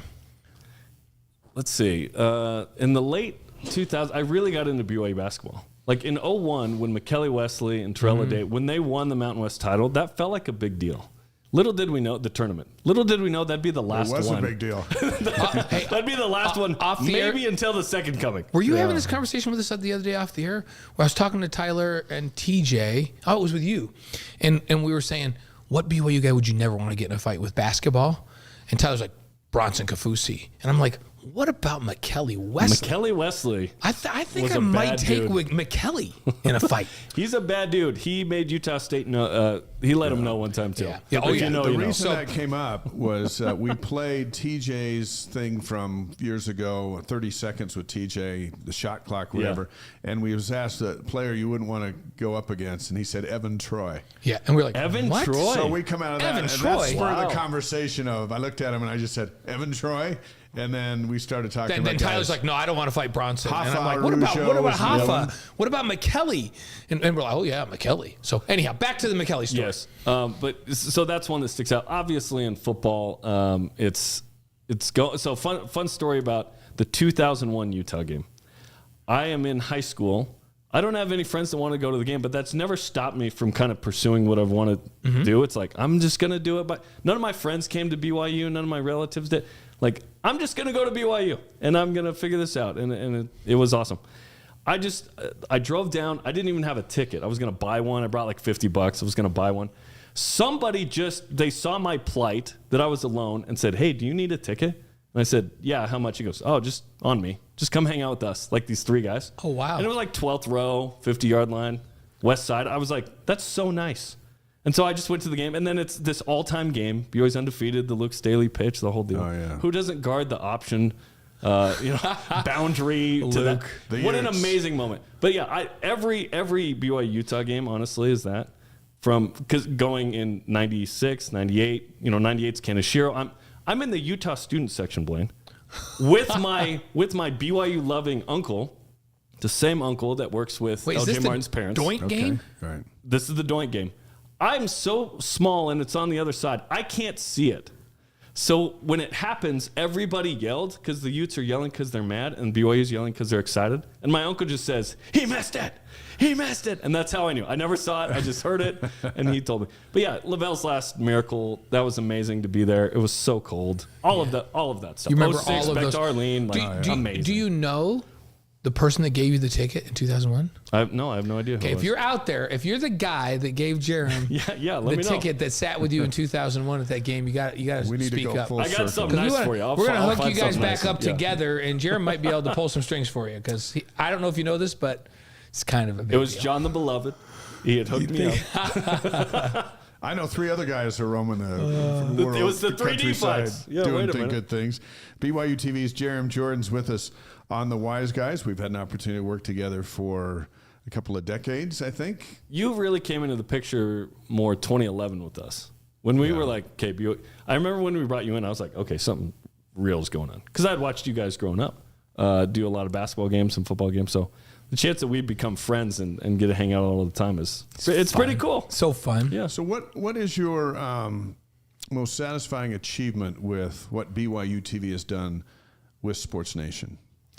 That's a good question. To be sort of a regular part of the conversation, vernacular, and hopefully tradition with what BYU Sports is. And there are a lot of properties like this one that contribute to the conversation, right? We're all in this together. To do it every day and to be one of the faces and voices of that is really satisfying. Just the fact that when something awesome happens, and it's like, I can't wait to talk about it on the show. And I can't wait to talk about it with the different guests and whatnot. That's the most satisfying thing, is that for like a new generation, as technology evolves, a daily TV show was needed, merited, and desired. And it's been fun to fulfill that. It's a lot of work for everybody involved. But the fact that we've done it for 10 years is crazy. And the fact that we went through independence with it and now almost deserve the Big 12, it's been a huge blessing. Well, and if you think about it, there's no other school that has it at all. No one has the only other this. competition's going away. Right, Texas was it, right? And that was a pay-per-view situation anyway. It was not free like this. But it stands alone, and without any mentors, so to speak, it's gotten better and better on its own, which is incredible. Usually, if you're looking to keep up with the Joneses, you see where the Joneses are, but there are no other Joneses in the world of what Sports Nation is. So we have to keep pushing in that regard. We can't look to somebody else. I mean, there are a million daily shows, but there's not one that's just one college and all of its sports, right? And we've valued from the beginning, obviously, the popularity of football, big gap, men's basketball, big gap, everything else.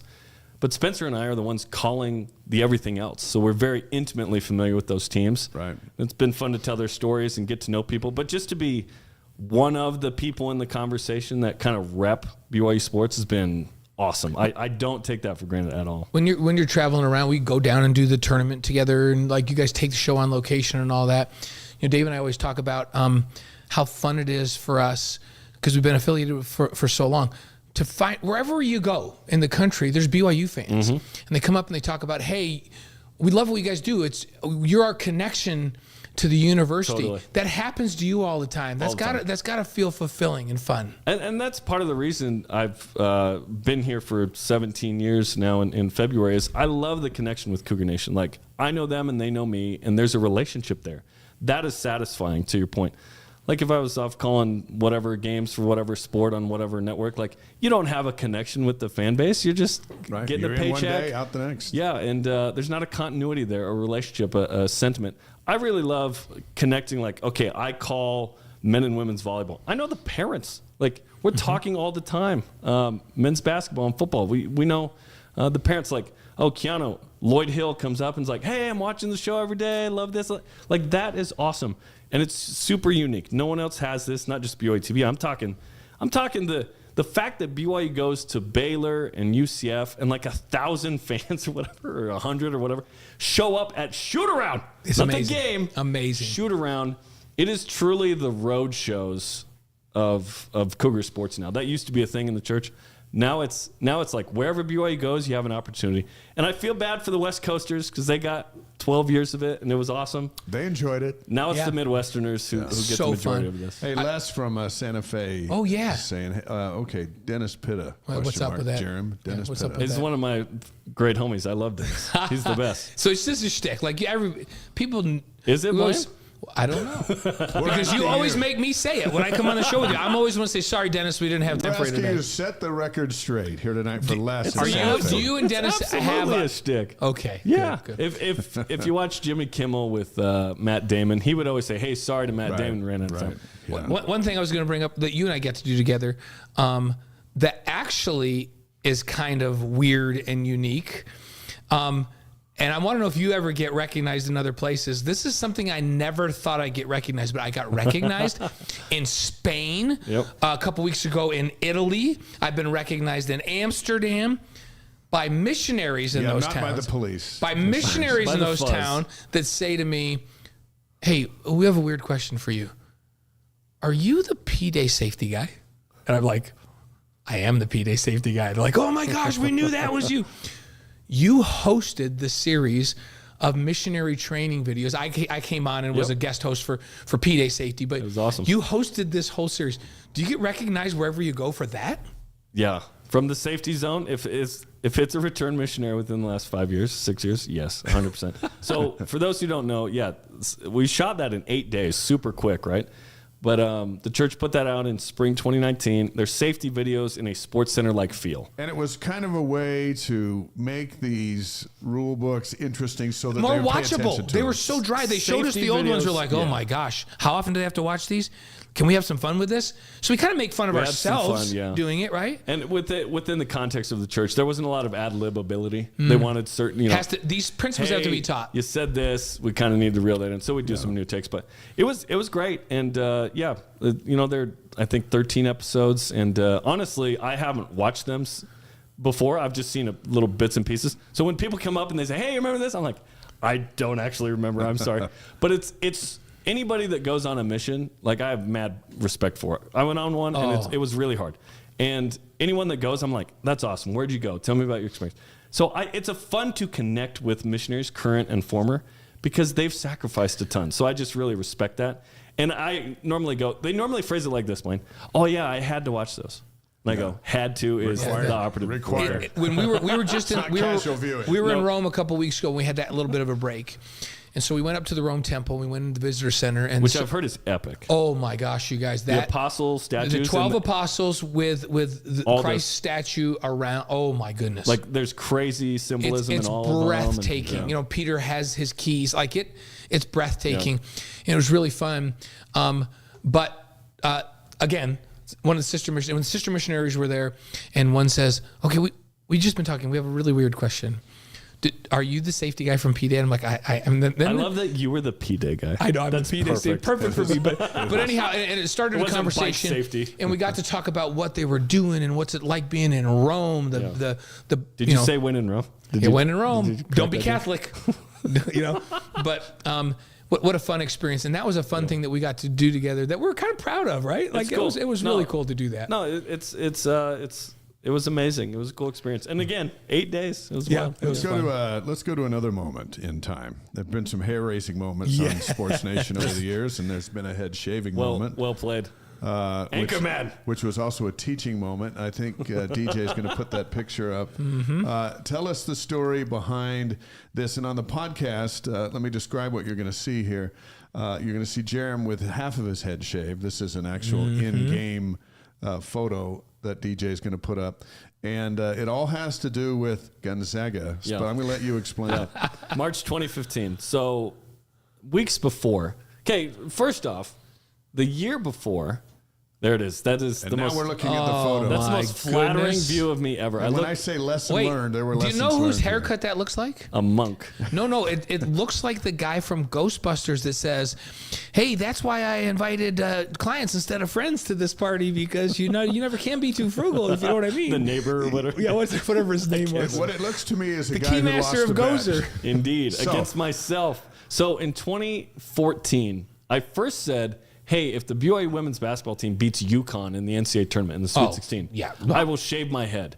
BYU was up 1 at halftime. I was getting, those like nervous flusters, you get a little warm. I started to get that. UConn pulled away, didn't get. People forget that was the first time I said it. So the second time I say it, BYU, Gonzaga's number 3. BYU's not good enough to beat them in my eyes. I said, look, if they went up there, I'll shave my head. And so then they begin not the first or second, but the first of 3 wins in a row. Right. Yeah. And so I actually went to the game. I was at that game. It's the only game I went to in Spokane. And as soon as BYU won, it was awesome. But about 30 minutes later, like the reality set in. Yeah. Oh my gosh. I have to. And I was always going to do it. But then Michael Miner, our boss at the time, said, no, we need to bick it. Rick Moranis. Yeah, Rick Moranis. Of course, Honey, I Shrunk the Kids. Come on. Strange Brew. Yeah. Same haircut. Yeah, that's funny. So then he said, no, you need to big. I said, no, I said shave. That's enough. Come on. They originally had some buzzers, whatever. It wasn't working. They got like these sheep shears or something weird. Yeah. Anyways, I did it. It took 10 weeks to grow it all back, but we were good. And Did it come back thicker with more curls? More curls? Before that. No, luckily it came back. Let's go back to the moment that it was all gone. Yeah. And you kind of went, okay. Yeah. I was shocked by how high my hairline was in the canyons. Did you wear a lot of hats after that?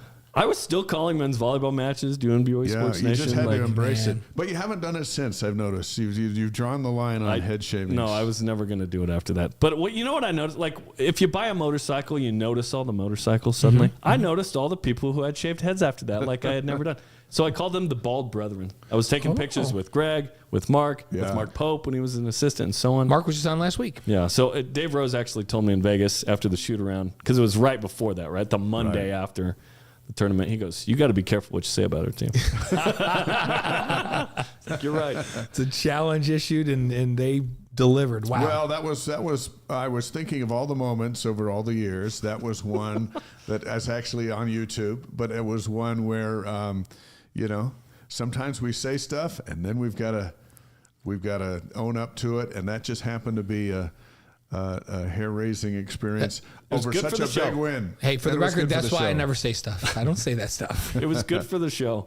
That's like a radio host years ago said, I'll walk naked in the streets if ... Oh. And then he just walked a dog called naked. Oh, see, that's not okay. I was no. That's misleading and unfair. I'm going to do it. Yep. Yeah, a few more questions for Jerem Jordan of BYU TV. Before we get into the Super Bowl and 5 questions. Right. This Big 12, what impact has the Big 12 had on BYU Sports Nation, this show? The ratings have gone up. It's been awesome. Yeah. We're looking at the numbers, and just people are more interested in what's going on. Also, the ability to have more compelling and interesting matchups constantly, I think, elevates everything. The newness of every sport, too. It's not just like football, men's hoops. It's right, okay, who's good at women's volleyball, and what does that mean for BYU in this league? Women's soccer took care of business, right? Certain sports, you were talking to Gordon Eakin, that's a challenging league. Baseball's got a huge challenge, like men's basketball. Yeah, it's been fun to get to know these. We're more interested in a standings full screen than we ever have been. Right. Take Big 12 roundup. We're recapping and previewing games. We never did the WCC roundup. We never said, hey, we're excited about Portland and Pepperdine coming up tonight. But we were doing, when they were in Independence and the WCC and basketball, pregame and postgame shows and all of that. Yeah. But all of these things that we do now, because of the league and the interest, Sports Nation's really risen. But you and I were talking, and we're not going to give numbers, but some of the highest rated shows we've ever done are now. Yes. Like pregame shows, postgame shows. The Houston postgame show was viewed by a lot of people. Yeah, it was big time. Despite the loss. Right. And it's been fun to, we've elevated the football pregame shows 2 hours, which has been awesome. The basketball pre and post, it was Tyler and I in the studio. Now we have Kristen and you, Blaine, which is awesome. And Spence and David and whatnot. It's been great. So it's been fun to we've had this ready. We've been ready for this moment as an organization, as a department. So it's been fun to finally kind of have something that is as big as sort of our shows have been ready for. And I think it's important too, beyond BYU TV, BYU TV's owner, the church and those involved directly with BYU TV see it for what it can be, and sports is a driver of new audiences, and new audiences is what BYU TV's into. We always get, people think we should be more homers on games, and they have for the years, but we're not the radio guys. There's a place for that. Sure. For us, the opposing audience is actually more important than the home audience for the big picture of BYU TV. And, yes. Some fans can't understand that. Like, this is, but it's like, no, there's a purpose behind BYU TV, and the purpose behind sports at BYU TV, even with so much of it now moving to ESPN Plus, all the shoulder programming's on BYU TV, because it's a driver to get people to go, I know now what channel BYU TV is in my house. I've had it for 20 years, and I did not know it, but the Iowa State pregame show was on, and I'm a Cyclone fan, and I was there, and now I'll always know where it is. It's been great, and that's a big deal for the organization is, let's grow the audience, and the audience is largely BYU fans. Can we draw in some of the opponent fans? And when, like in the NBA, you have your regional feeds. You could be a homer on the regional feed. There's no regional feed. It's one feed when it's on BYU TV or ESPN Plus. So you have to cater to both. And as play-by-plays and color analysts, you have to understand that. But it's been an amazing journey from being a student 06 to 09 and kind of seeing what we did and what we had and no building like we have now, and to the point where we've got the building, we've got all the shows, we've got the growth. There's going to be growth over the next couple of years. It hasn't been stale or lake-like. It's been a rushing river of new and nuance and creativity and fun that continues to be interesting for the audience and for me personally. When BYU joined the Big 12, we did a 2-hour special in the basement of the Harris Fine Arts Center, which no longer exists. Oh, with Independence, right? Yeah, 2011. Independence. Yeah. Independence, Oh, yeah. Pre-Big 12 years before. But we did that show, and it was historic, and it was exciting. And they announced Notre Dame was going to play, even though they didn't, and all that stuff. But where we were and where BYU TV is now, where you'll be tomorrow on Sports Nation, is like a different solar system. That day, I think we taped it in the afternoon and it aired later, because doing it live a studio show live was beyond us at the moment. Yeah. That's not that long ago, guys. It feels it's been a lot of episodes of BYU Sports Nation, but a long time. But we've evolved so much from that moment. And to the university and the church's credit, they've invested in it because they feel like it's important. It's like, Dave worked at Good Morning America. I was with NBC. I worked out of NBC Sports, brand new facilities in Connecticut, and I've been at ESPN's headquarters. They don't have anything that BYU TV doesn't have now. Like the ability to put a quality product on the air, whether it's a live sporting event or studio show or any things we're doing, equals anything that any network can do, which is amazing. And it's a testament to the commitment that BYU is willing to make to put quality programming out there. Sports matter. I'm not sure that the building exists if BYU's not good in the 80s in football. I think that the brand was so big that it merited more coverage. Oh, we got to get to the stake centers. We got to get our own blue and white network. All of this is King Benjamin's tower to reflect good news, and sports is a way to showcase all kinds of life lessons and stories and overcoming. that I don't get anywhere else in my life. So I'm just glad that BYU has sports. We might still be in the field house if it wasn't That's that right. big of a deal. Right? Yeah. Like, think about it. Ty Detmer was working out there while he won a Heisman, getting ready for a bowl game. You know, we've come a long ways. Yeah. All right, let's do 49ers and Chiefs. Blaine's going to hit you with 5 questions, but this one is the first of the non-5. Who do you like? I like the Chiefs because I'm a Seahawks fan, and I like Andy Reid, Understood. right? All There right. you I go. want Fred Warner to have an amazing game, somehow be the MVP, but the Niners to lose. Defensive. Can he be the cannot root can he for the be the Niners. defensive MVP and not win? I don't know. Yeah, if he had like 16 He had tackles. like you 3 have- pick sixes. If you have Seahawk fans voting, then that's how I'm a that Seahawks can fan. I happen. will state that for the 3rd time. we do love Fred, and he's been Understood. amazing this year. And What a but, year. my guy Andy's just got like everybody's picked the Chiefs. I can't go against Andy. He's one of my good friends. No. We have to go for Andy. Yeah. We love Andy. And I love Fred, but Andy's like a lifelong friend. I can't go against Andy. And then Matt Bushman would get another ring, by the way. 2 rings for Unbelievable. just being Unbelievable. in the right place at the right time. He would have more rings than regular season catches. But once he gets healthy, he'll be a part of that team at some point, we think. So I met. So Andy and I have been friends since I was 19 years old. That's a long, long time. It was only 6 years removed from that famous photo of him in the punt, pass, and kick where he Yeah, is not that many he is years a giant removed. and they're a bunch of kids. and they People misspelled forget his that last name. Andy was a graduate assistant working with quarterbacks at BYU when I was playing. Like my sophomore year was the first time I. Yeah, you actually, had I met Andy as a freshman, but my sophomore year he was working with us directly with Mike Holmgren. You had a few names in there. Yeah. Oh my goodness. Some people came through that. We would look at I even today, we've got the pictures down in our theater room and I'll look at some of those team photos and I'll go, whoa, I forgot these coaches were all here. Maybe we weren't as talented as we thought we were. Maybe we were really well coached because the coaching staffs, Part of it. the coaching staffs though were way ahead of their game and so many big names, Yeah. that Listen, had come through. we got to get him home to bed. Oh yeah, you got to go to bed. I And you have have kids. 5 questions.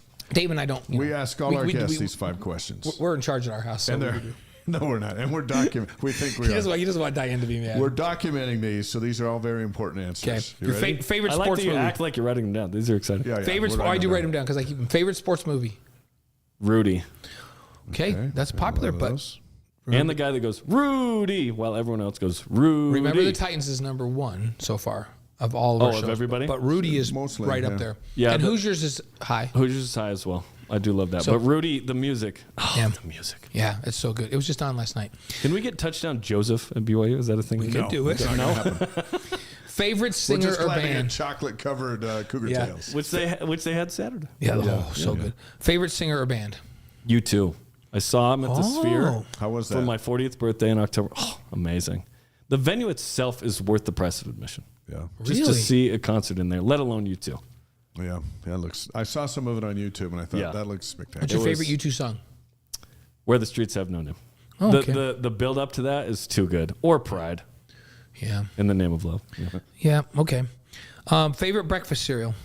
Oh, you know what I did yesterday? I combined like 3 or 4. Oh, it was what- delightful. what was this? I combined Lucky Charms with Cinnamon Toast Crunch with Raisin Bran with Life Cinnamon. What the heck, dude? There's a lot How'd going that on there. happen? Yeah. There was It's not even legal in I most went- states. I went to the transfer portal and brought in a couple. I want to see if anybody ever pays attention on the chat. What do people think? Because I always eat a bowl of cereal before I come to the show. I wonder if they know what I ate because I eat the same thing every Well, week. what did you What did you say? eat? What's your favorite? What was your favorite? Besides Probably this cinnamon toast. hodgepodge Yeah, mix? cinnamon toast. Cinnamon Crunch. Toast Crunch. That's Yeah. really popular. So much sugar. What- My what- mom did not get us a ton of sugared cereals growing up, so we'd add it manually. Yeah. So I feel like this is truly the dispensation of the fullness of times. We have all the cereals you could ever That's why want. Frosted Flakes is I just eat 'em less work. Every week before. But frosted. Dr. Ketch says insane mix, Jeremy. It's amazing. Try it. The Seriously. thing that threw me off was the Raisin Bran and all of that. But Just getting that fiber. so every week before I come, first of all, people know I do not wear shoes on the show ever. It's I barefoot. know. Bilbo it's very casual. Blaine Baggins Yeah, in the and house. I have the hairy feet. But but I something also else. before I come, I never eat dinner before I come. Dave and I will talk about that sometime. But I kind of have a rule since I threw up 7 times during the course of a game. He and I were calling Yeah. that I don't eat I know before that's- show. I know You know that about story. it. Everyone does. But I know what does not upset my stomach. So 1 hour before I come up here, I always have a bowl of Cinnamon Life. Cinnamon lime? See, it's so good. Yep. But you got to eat it quick. It gets very soggy It can get very soggy fast. fast. So I put a And lo- I'm always in a hurry. You put a low amount of it, and then you got to refill. He's Captain Crunch. Plain Captain Crunch. Whoa. Not Holds Crunch its own. Berries. Captain Crunch doesn't need any sideshows. What? Yeah, it doesn't need a warm-up Oh, band. the berries? It just comes out and plays the hits. How about Crunch berries. berries only, dude? Yeah, I'm not into Berries berries. only? If I eat Captain Crunch with Crunch Berries, I eat all the crunches first, save like 4 bites of berries for last. Yeah. So there you go. Your favorite an hour and a half. Your favorite BYU moment of all time. It can be when you're broadcasting, not broadcasting, whatever. Favorite BYU moment. You know what? I'm going to say calling the comeback in the Elite Eight for women's soccer. Like that was special. I got lucky because it was football at Oklahoma State, and so Greg and Spence were gone, and it fell to me. I called the 21 Elite Eight as well. Oh, wow. I feel really lucky. That was one of the all-time. That was the Some pretty fun ones. The next Miracle Bowl, right? Yeah. That was amazing. Beat North Carolina. It was special. So, and Jerem, just so you know, he's a great parent. He's a great dad. Favorite lesson that you learned from parenthood? I actually saw the other day a clip of Des Bryant talking about this, and now I've tried to incorporate this. He said, "How can you yell at your kids right before bed and expect them to sleep well? How can you yell at your kids in the morning before school and expect them to have a good day? I've tried not to be as impatient." Right? Can you yell at them in the middle of the day? I think that's fair In game. that space, it's fair Plenty game. of time to recover. Middle of the day, they have time to recover. But I have a 5-year-old and a 10-year-old, and we're actually expecting our third, which is super exciting. Hey, in July. congratulations. Yeah. Wow. So we'll have this huge gap of 5 between the first 2 and 6 between. And I am so excited to restart that clock. I know some people are like, man. I want to get them out of the house. I want them in the house as long as possible. Yeah. Not until past 18 kind of thing, but we'll see. No, it's Hey, good. and you want to know what? I'm so excited We've had for that. some 'cause come back for a little while they're doing something. It's Great. great to have them back, too. I'm so excited, and it's just a special time, and that's the point of the Plan of Salvation is to teach and pass it on and share in this relationship together. Let's be honest though. The really good times when the grandkids come over to play. Is that Yeah, we how both does agree. it compare? It's just so To your own different. kids. It's so different and so responsibility free. No diapers. That it's We've it's, talked about it's this. playtime for parents. Kellen will say to playtime. me, "Dad, like, you can't feed her that right now. Like, she's going to bed in half an hour. You're giving her like candy." I'm like, you know what, Kellen? That's not my problem. Like That's a you problem. That's the thing that my job wanna is be for her to carrots? love me and I'd give her stuff. And I also like my youngest Tanner was over last night, and it's just really good for your ego. I'm like, Tanner's Papa smart? Yes. Like he's like, is Mimi smart? No. No. I thought we'd only have 2, so to get a third is a huge deal. That's a pretty I'm cool one thing. of 3, so I actually want 4, but we'll see. Wait, are you gonna wait another 5 Just take or them 6 one years at- and one have at a a time. fourth? Probably get a One at 4th. a Have them time. spread out by 20 years. Don't tell Woody. Okay, we're not gonna. I got to go convince one her at in a time. 3 years. Hopefully, she's not watching the show. It's a big Sports Nation tomorrow morning with the Big 12 football schedule Yep. announcement. How are you guys rolling it out? We're gonna break it down. It's supposed to come out an hour before, Right. And then we haven't finalized. Last time I checked, exactly who we're talking to, but we're gonna have Sean Farnham on to talk Big 12 hoops as well. Which, by the way, he's coming on every week the rest of the season from ESPN, Oh, that's which awesome is of Sean. big time. So that'll be the rollout. I'm sure with no basketball game tomorrow night. It's the perfect time. Sure. We appreciate the Big 12 waiting till BYU had a basketball bye. Yeah. Because that's good for the Daily Show, guys. And so Absolutely it the is. prediction for Saturday, they play West Virginia. West Virginia has to play tomorrow or Wednesday night against Cincinnati, and then has BYU coming in. Prediction for that BYU West Virginia game. It's going to be harder than you think. I know West Virginia just lost to the winless Oklahoma State Cowboys until But that they're good Saturday. at home. They brought back this Edwards kid, a 6'11", super long athletic center that transferred from Syracuse. He's back from injury. They're very different since the double transfers could play. This is going to be a tough game. Yeah. It's a team that beat Kansas but also lost Oklahoma State. So what version of that team is And going didn't to they show beat up? Texas earlier too? They beat Texas They beat as well. Texas and Kansas, and lost Oklahoma State. Which is super weird, but That's it goes this to league. show it's tough. This is a game you've got to go get, though. Mm-hmm. If you're going to get to 8 or 9 wins, I think this is one you have to This is a road win. game you can win. It's right? more winnable. It doesn't mean it's easy or going to happen, but it's more winnable. Yeah, ask Kansas. And exactly. And BYU's getting healthy this week. They played through the flu quite a bit on the man. team, so Yeah. got a huge win All right. despite it. Jerem Jordan making his Wise Guys debut. Which I can't even believe he's making his debut. Thank you. I'm happy to be here. It was Yeah, awesome. It took us 19 months to get here. We're That's here. all right. That's all that matters. It's okay. Drive safely home. We'll see you tomorrow morning on Sports Nation. Thanks. And we'll see you back here again on the Wise Guys. Thanks, guys. This is a fun show. Appreciate it. Allows us to hang out and Thanks, Jeremy. Your feet don't smell, Talk by the about way, other things. which is a good thing. I usually wash them before I come, and I wear sandals up, Very nice. even in the snow. Jack will he'll shovel a place out for me to walk because he knows I don't have shoes on. All right, you're out. Thanks, guys. Drive safe. See you, Jerem. You can see Jerem and Spencer Monday through Friday at 10 a.m. Mountain Time on BYU Sports Nation, on BYU TV. You can listen on BYU Radio, and again, complete coverage of the Big 12 schedule release on Tuesday's show, which is tomorrow. Next week, Diljit Taylor, outstanding track and field coach, will be with us, and Gary Bohannon, the new quarterback in town. Yeah. He'll be in studio with us as well. And later on in February, a long list of great guests. And by the way, we start March. Noah Hartsock's going to join us. Our first show in March, the month of the NCAA tournament. It'll be fun to catch up with Noah. We're getting Kristen Kozlowski in here, which we love working with in men's and women's basketball. Is she coming in studio? We'll see. You know, she's got to come in. I know she's a mom, and they live up in Draper. So anyway, we got a bunch of great guests that we'll confirm as we move along.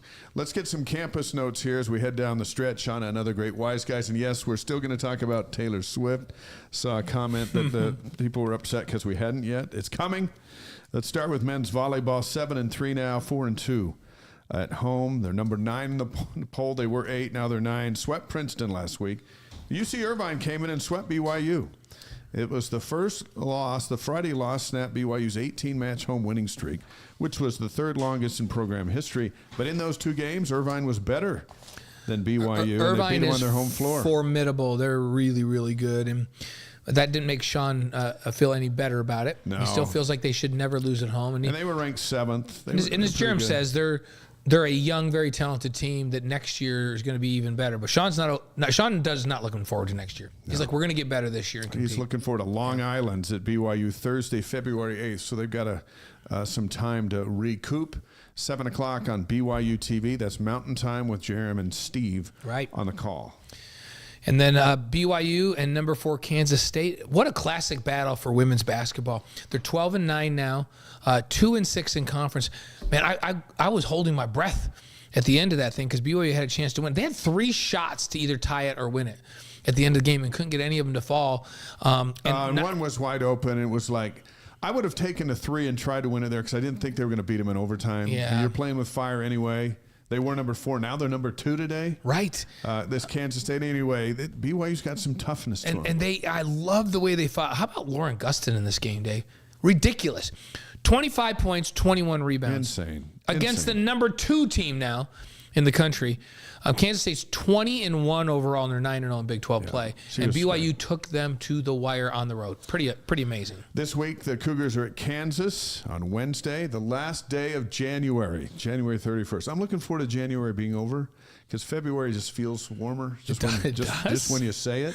You say that it's going to snow all February. You realize it's going to snow a lot. But January 31st, that's Wednesday, 5:30 Mountain Time, ESPN Plus, and Jason Shepard will have the call on BYU Radio. Right. And then the number 23, West Virginia's at BYU Saturday, February 3rd. That's 4 p.m. Mountain on ESPN Plus. That's you and Kristen and a special guest analyst, Jimmer Fredette. Jimmer's going to join us. Jimmer's going to call the women's game with you guys. Jimmer's done a lot of things in that building. He's never been an analyst in a live basketball game. Ever, of any level, and women's, you know. He and I were texting back and forth today. He's excited about it. You and Kristen are going to take care of it. It's going to be a lot of fun. And West Virginia's really good. So Jimmer on Saturday. So you're going to split screen it because the men and the women play at the same time. Right. Back at West Virginia and here in Provo. But there's only one place you'll find Jimmer. And he's been on this show a couple of times to get ready for the Olympics. But on Saturday, he's a BYU, an ESPN Plus game analyst. That'll be fun. So, hey, let's talk about BYU baseball. Picked to finish tied for 12th with Cincinnati, the Big 12 preseason poll. TCU picked number 1. Texas is 2. Iowa State's the only team in the league that doesn't play baseball. Yeah. So there's. So that's why there's the 13. Yeah, that's instead of 14. That's probably right. It's going to be an uphill climb for BYU baseball, and like basketball, and you got to be deep, it's just kind of like in pitching. They have an opportunity to prove them wrong. Yep. Season openers February 16th against USC in Mesa, Arizona, in the Big 12 preseason. Oh wait, it's in the. Whose training facility is that one? The Cubs. Chicago that's right. Cubs. It's the Cubs. That's your team. Yeah. How could I not remember that? In the Cubs training facility. We had Trent Pratt BYU's head coach, on the Wise Guys a couple of weeks ago. Find that interview on ysguys.com. We always love having Trent on. That's the second time Trent's been on with us, and we reminisced and talked. It was fun. We'll have him on throughout the season. It'll be good. Cougars in the NFL. The Chiefs beat the Ravens 17-10. That sends Andy Reid to the Super Bowl. Kyle Van Noy had 3 tackles, including a tackle for loss. He also had a costly 15-yard penalty in that one. Anyway, the Ravens lose it. They were the favorite. They were at home. Chiefs go on the road, win for the second straight week. They've got a defense that's playing really good. And then they're going to get the 49ers, who beat the Lions 34-31. How about Fred Warner?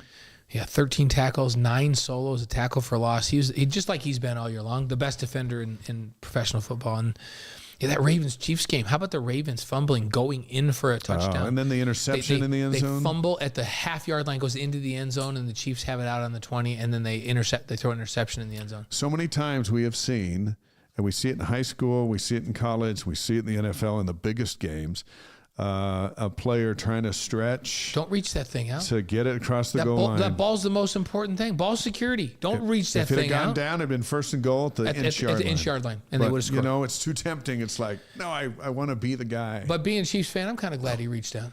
So Yeah. I was hoping good things for Van Noy, but I like Andy Reid. Yeah, I like Kyle too, but it'll be fun. It'll be fun to have Andy and Fred in that Super Bowl. That's February 11th, so a week from next Sunday in Las Vegas. Andy Reid, third Super Bowl win that he's seeking in this one. Matt Bushman, who's on the practice squad. He could have his second ring. Yeah, as a member of the practice squad. Can you believe that? That's crazy. That's crazy. It's awesome, though, for Matt. It couldn't happen to a nicer guy. And then Porter Ellett is the assistant running backs coach with BYU ties as well. And then for the Niners, you got Fred Warner. I saw a cool picture after the game. Andy Reid's up on the dais getting the trophy, and he's up there with his wife. And the picture is of Andy Reid pointing to the crowd and Taylor Swift pointing back to him. They had a moment. And I thought, you know what? The Reids are having a good time with this. But let's talk about Taylor Swift. Yeah. It's going to be the rage. It is the rage. Some people think it's too much. I'm fine with it. I'm completely fine with it. I think it's an added twist, but here's the challenge that Taylor faces. Yeah, so she's got a concert, as you mentioned earlier, in Tokyo. It's on Saturday, February 10th. The Super Bowl is Sunday, February 11th. So here's the question. So Japan is 17 hours ahead of Vegas. When Corey comes on the show, Corey Yoshimura, not comes on the show, but he's in the chat. And he always tells us, well, it's 10 o'clock in the morning. I just got it on the computer in the office. So it's the next day. So 17 hours ahead, flight time's 12 hours and 45 minutes. In theory, she could make it for the kickoff at 4:30, couldn't she? Yeah, because there's private jets involved and all that stuff. She might be jet lagged, but she might make it. Here's what if you put her in an F-16, she's there easy. Yeah, but you can't stretch out an F-16. No, but you have to have a refueler. Yeah. So you put, I don't know, do F-16s only have one seat? But put her in a fighter aircraft, have her fly at Mach 1 or Mach 2, and then have a refueler meet him halfway around. Yeah. And then she can make it. That's one way. You know what? She can afford it. I think she's going to show up. I think she's just going to do it because she can. She goes to Australia the following week. So might as well come. But here's what I found interesting. Apex Marketing Group estimates that Taylor has generated some $331.5 million of equivalent brand value this season for the NFL and for the Chiefs.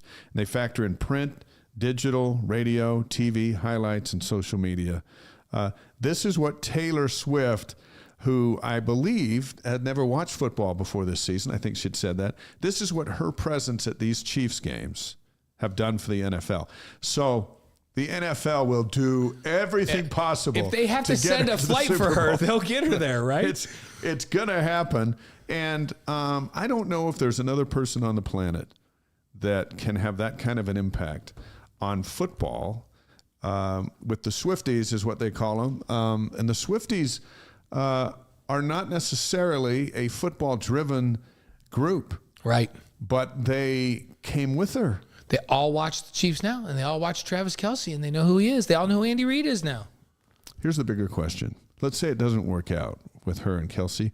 Where does Kelce go from here? I don't know. And here's the thing. Like, we know what what she does to people that she breaks up with. A whole new she album writes a will be terrible coming out. song about him. A whole new album. I don't know. That's a big risk for Travis Andy to take. Reid might be at risk, you know, in these songs. Yeah, it's scary. But it was fun to see her down on the field acting like a person in love with her, you know, her boyfriend, and it was like, I don't have a problem with it.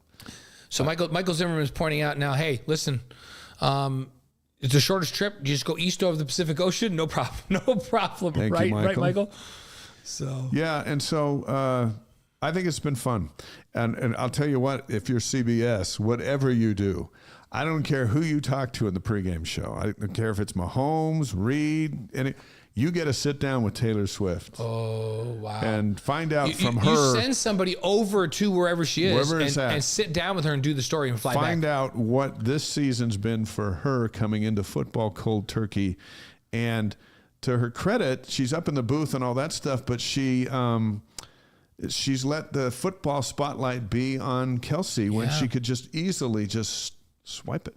No, she's been very glad to be in the background and just a part of it, right? Yeah. So, wow. So, more power to her. But hey, our congratulations to our guy, Kellen Moore. And Kellen I've known since he was playing at Boise State. I knew Kellen because at the time he was dating a former BYU safety's daughter who was a BYU student who he ended up marrying. Julie Wilson. Yep. And so I would say to him, So Kellen, so you're dating Julie, right? He's like, yeah.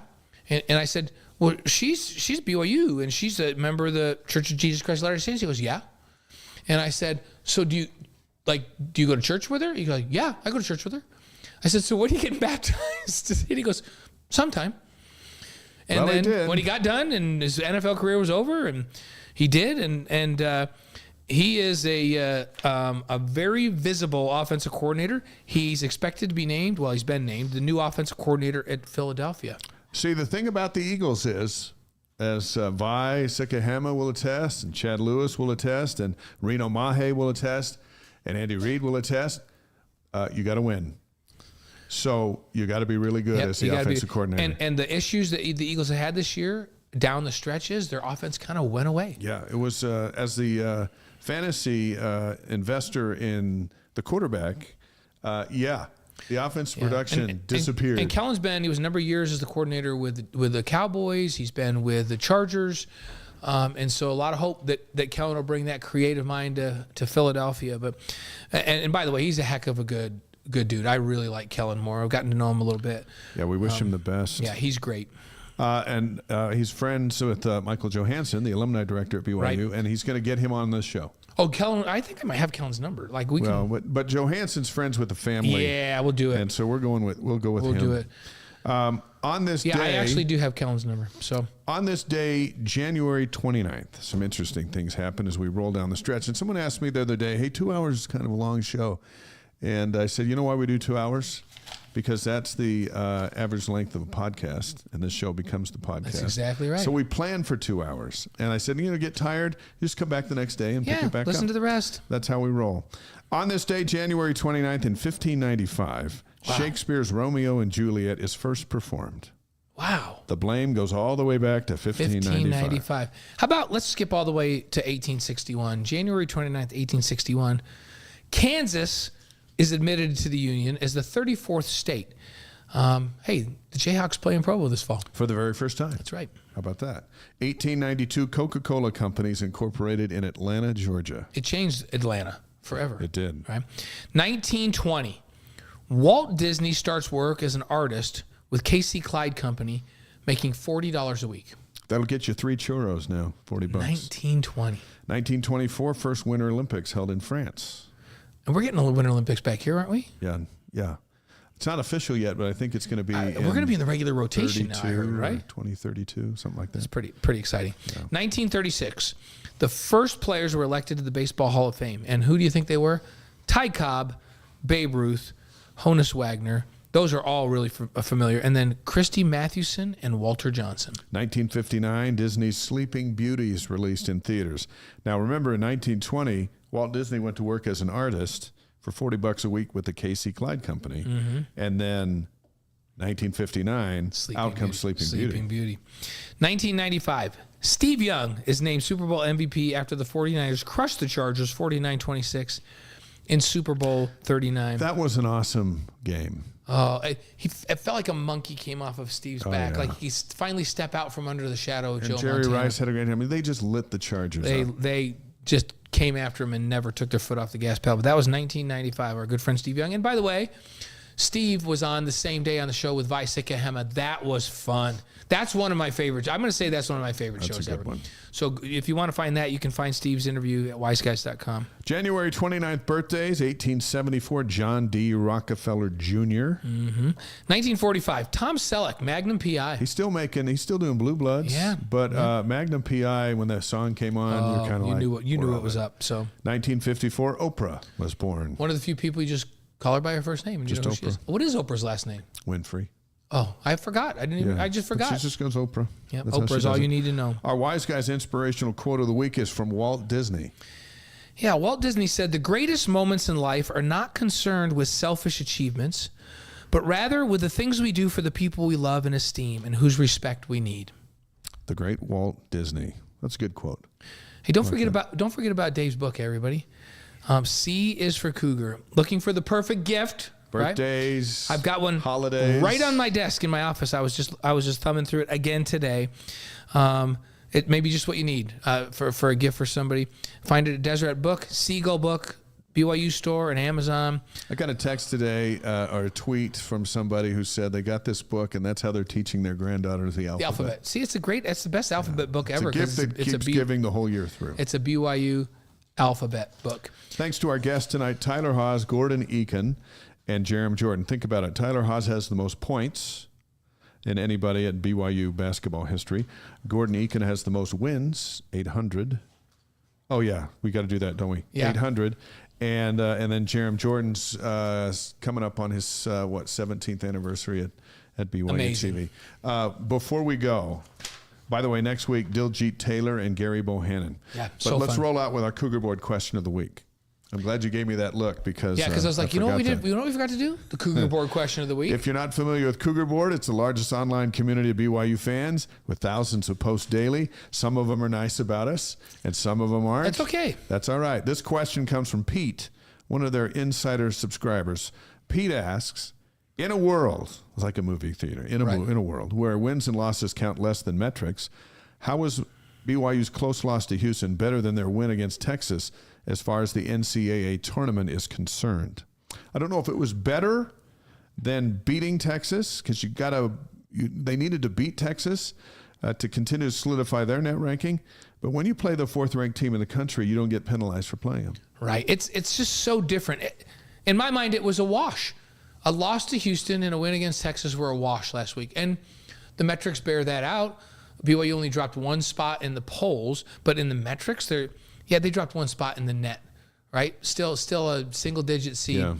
That's the difference between this league and every other league BYU's ever been in. You got 8 ranked teams in the league this week.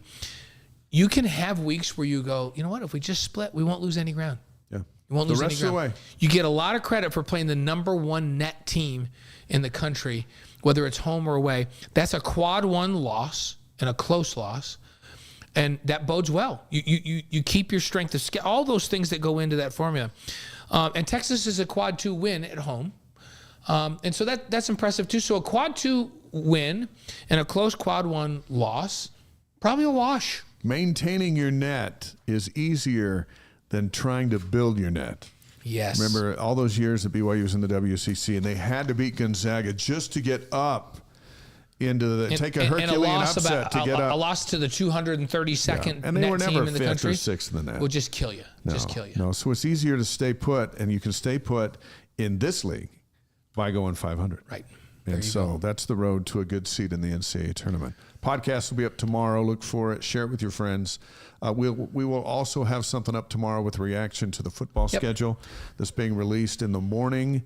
We'll know when and where and all that stuff for the fall. And so look for that tomorrow, and then we'll be back next week. Yep. We'll see you next week. We'll see you tomorrow for a little bit, and we'll see you next week. All right. For Blaine, I'm Dave, and Jack and DJ. We're the Wise Guys. Thanks for hanging out with us tonight. See you next week.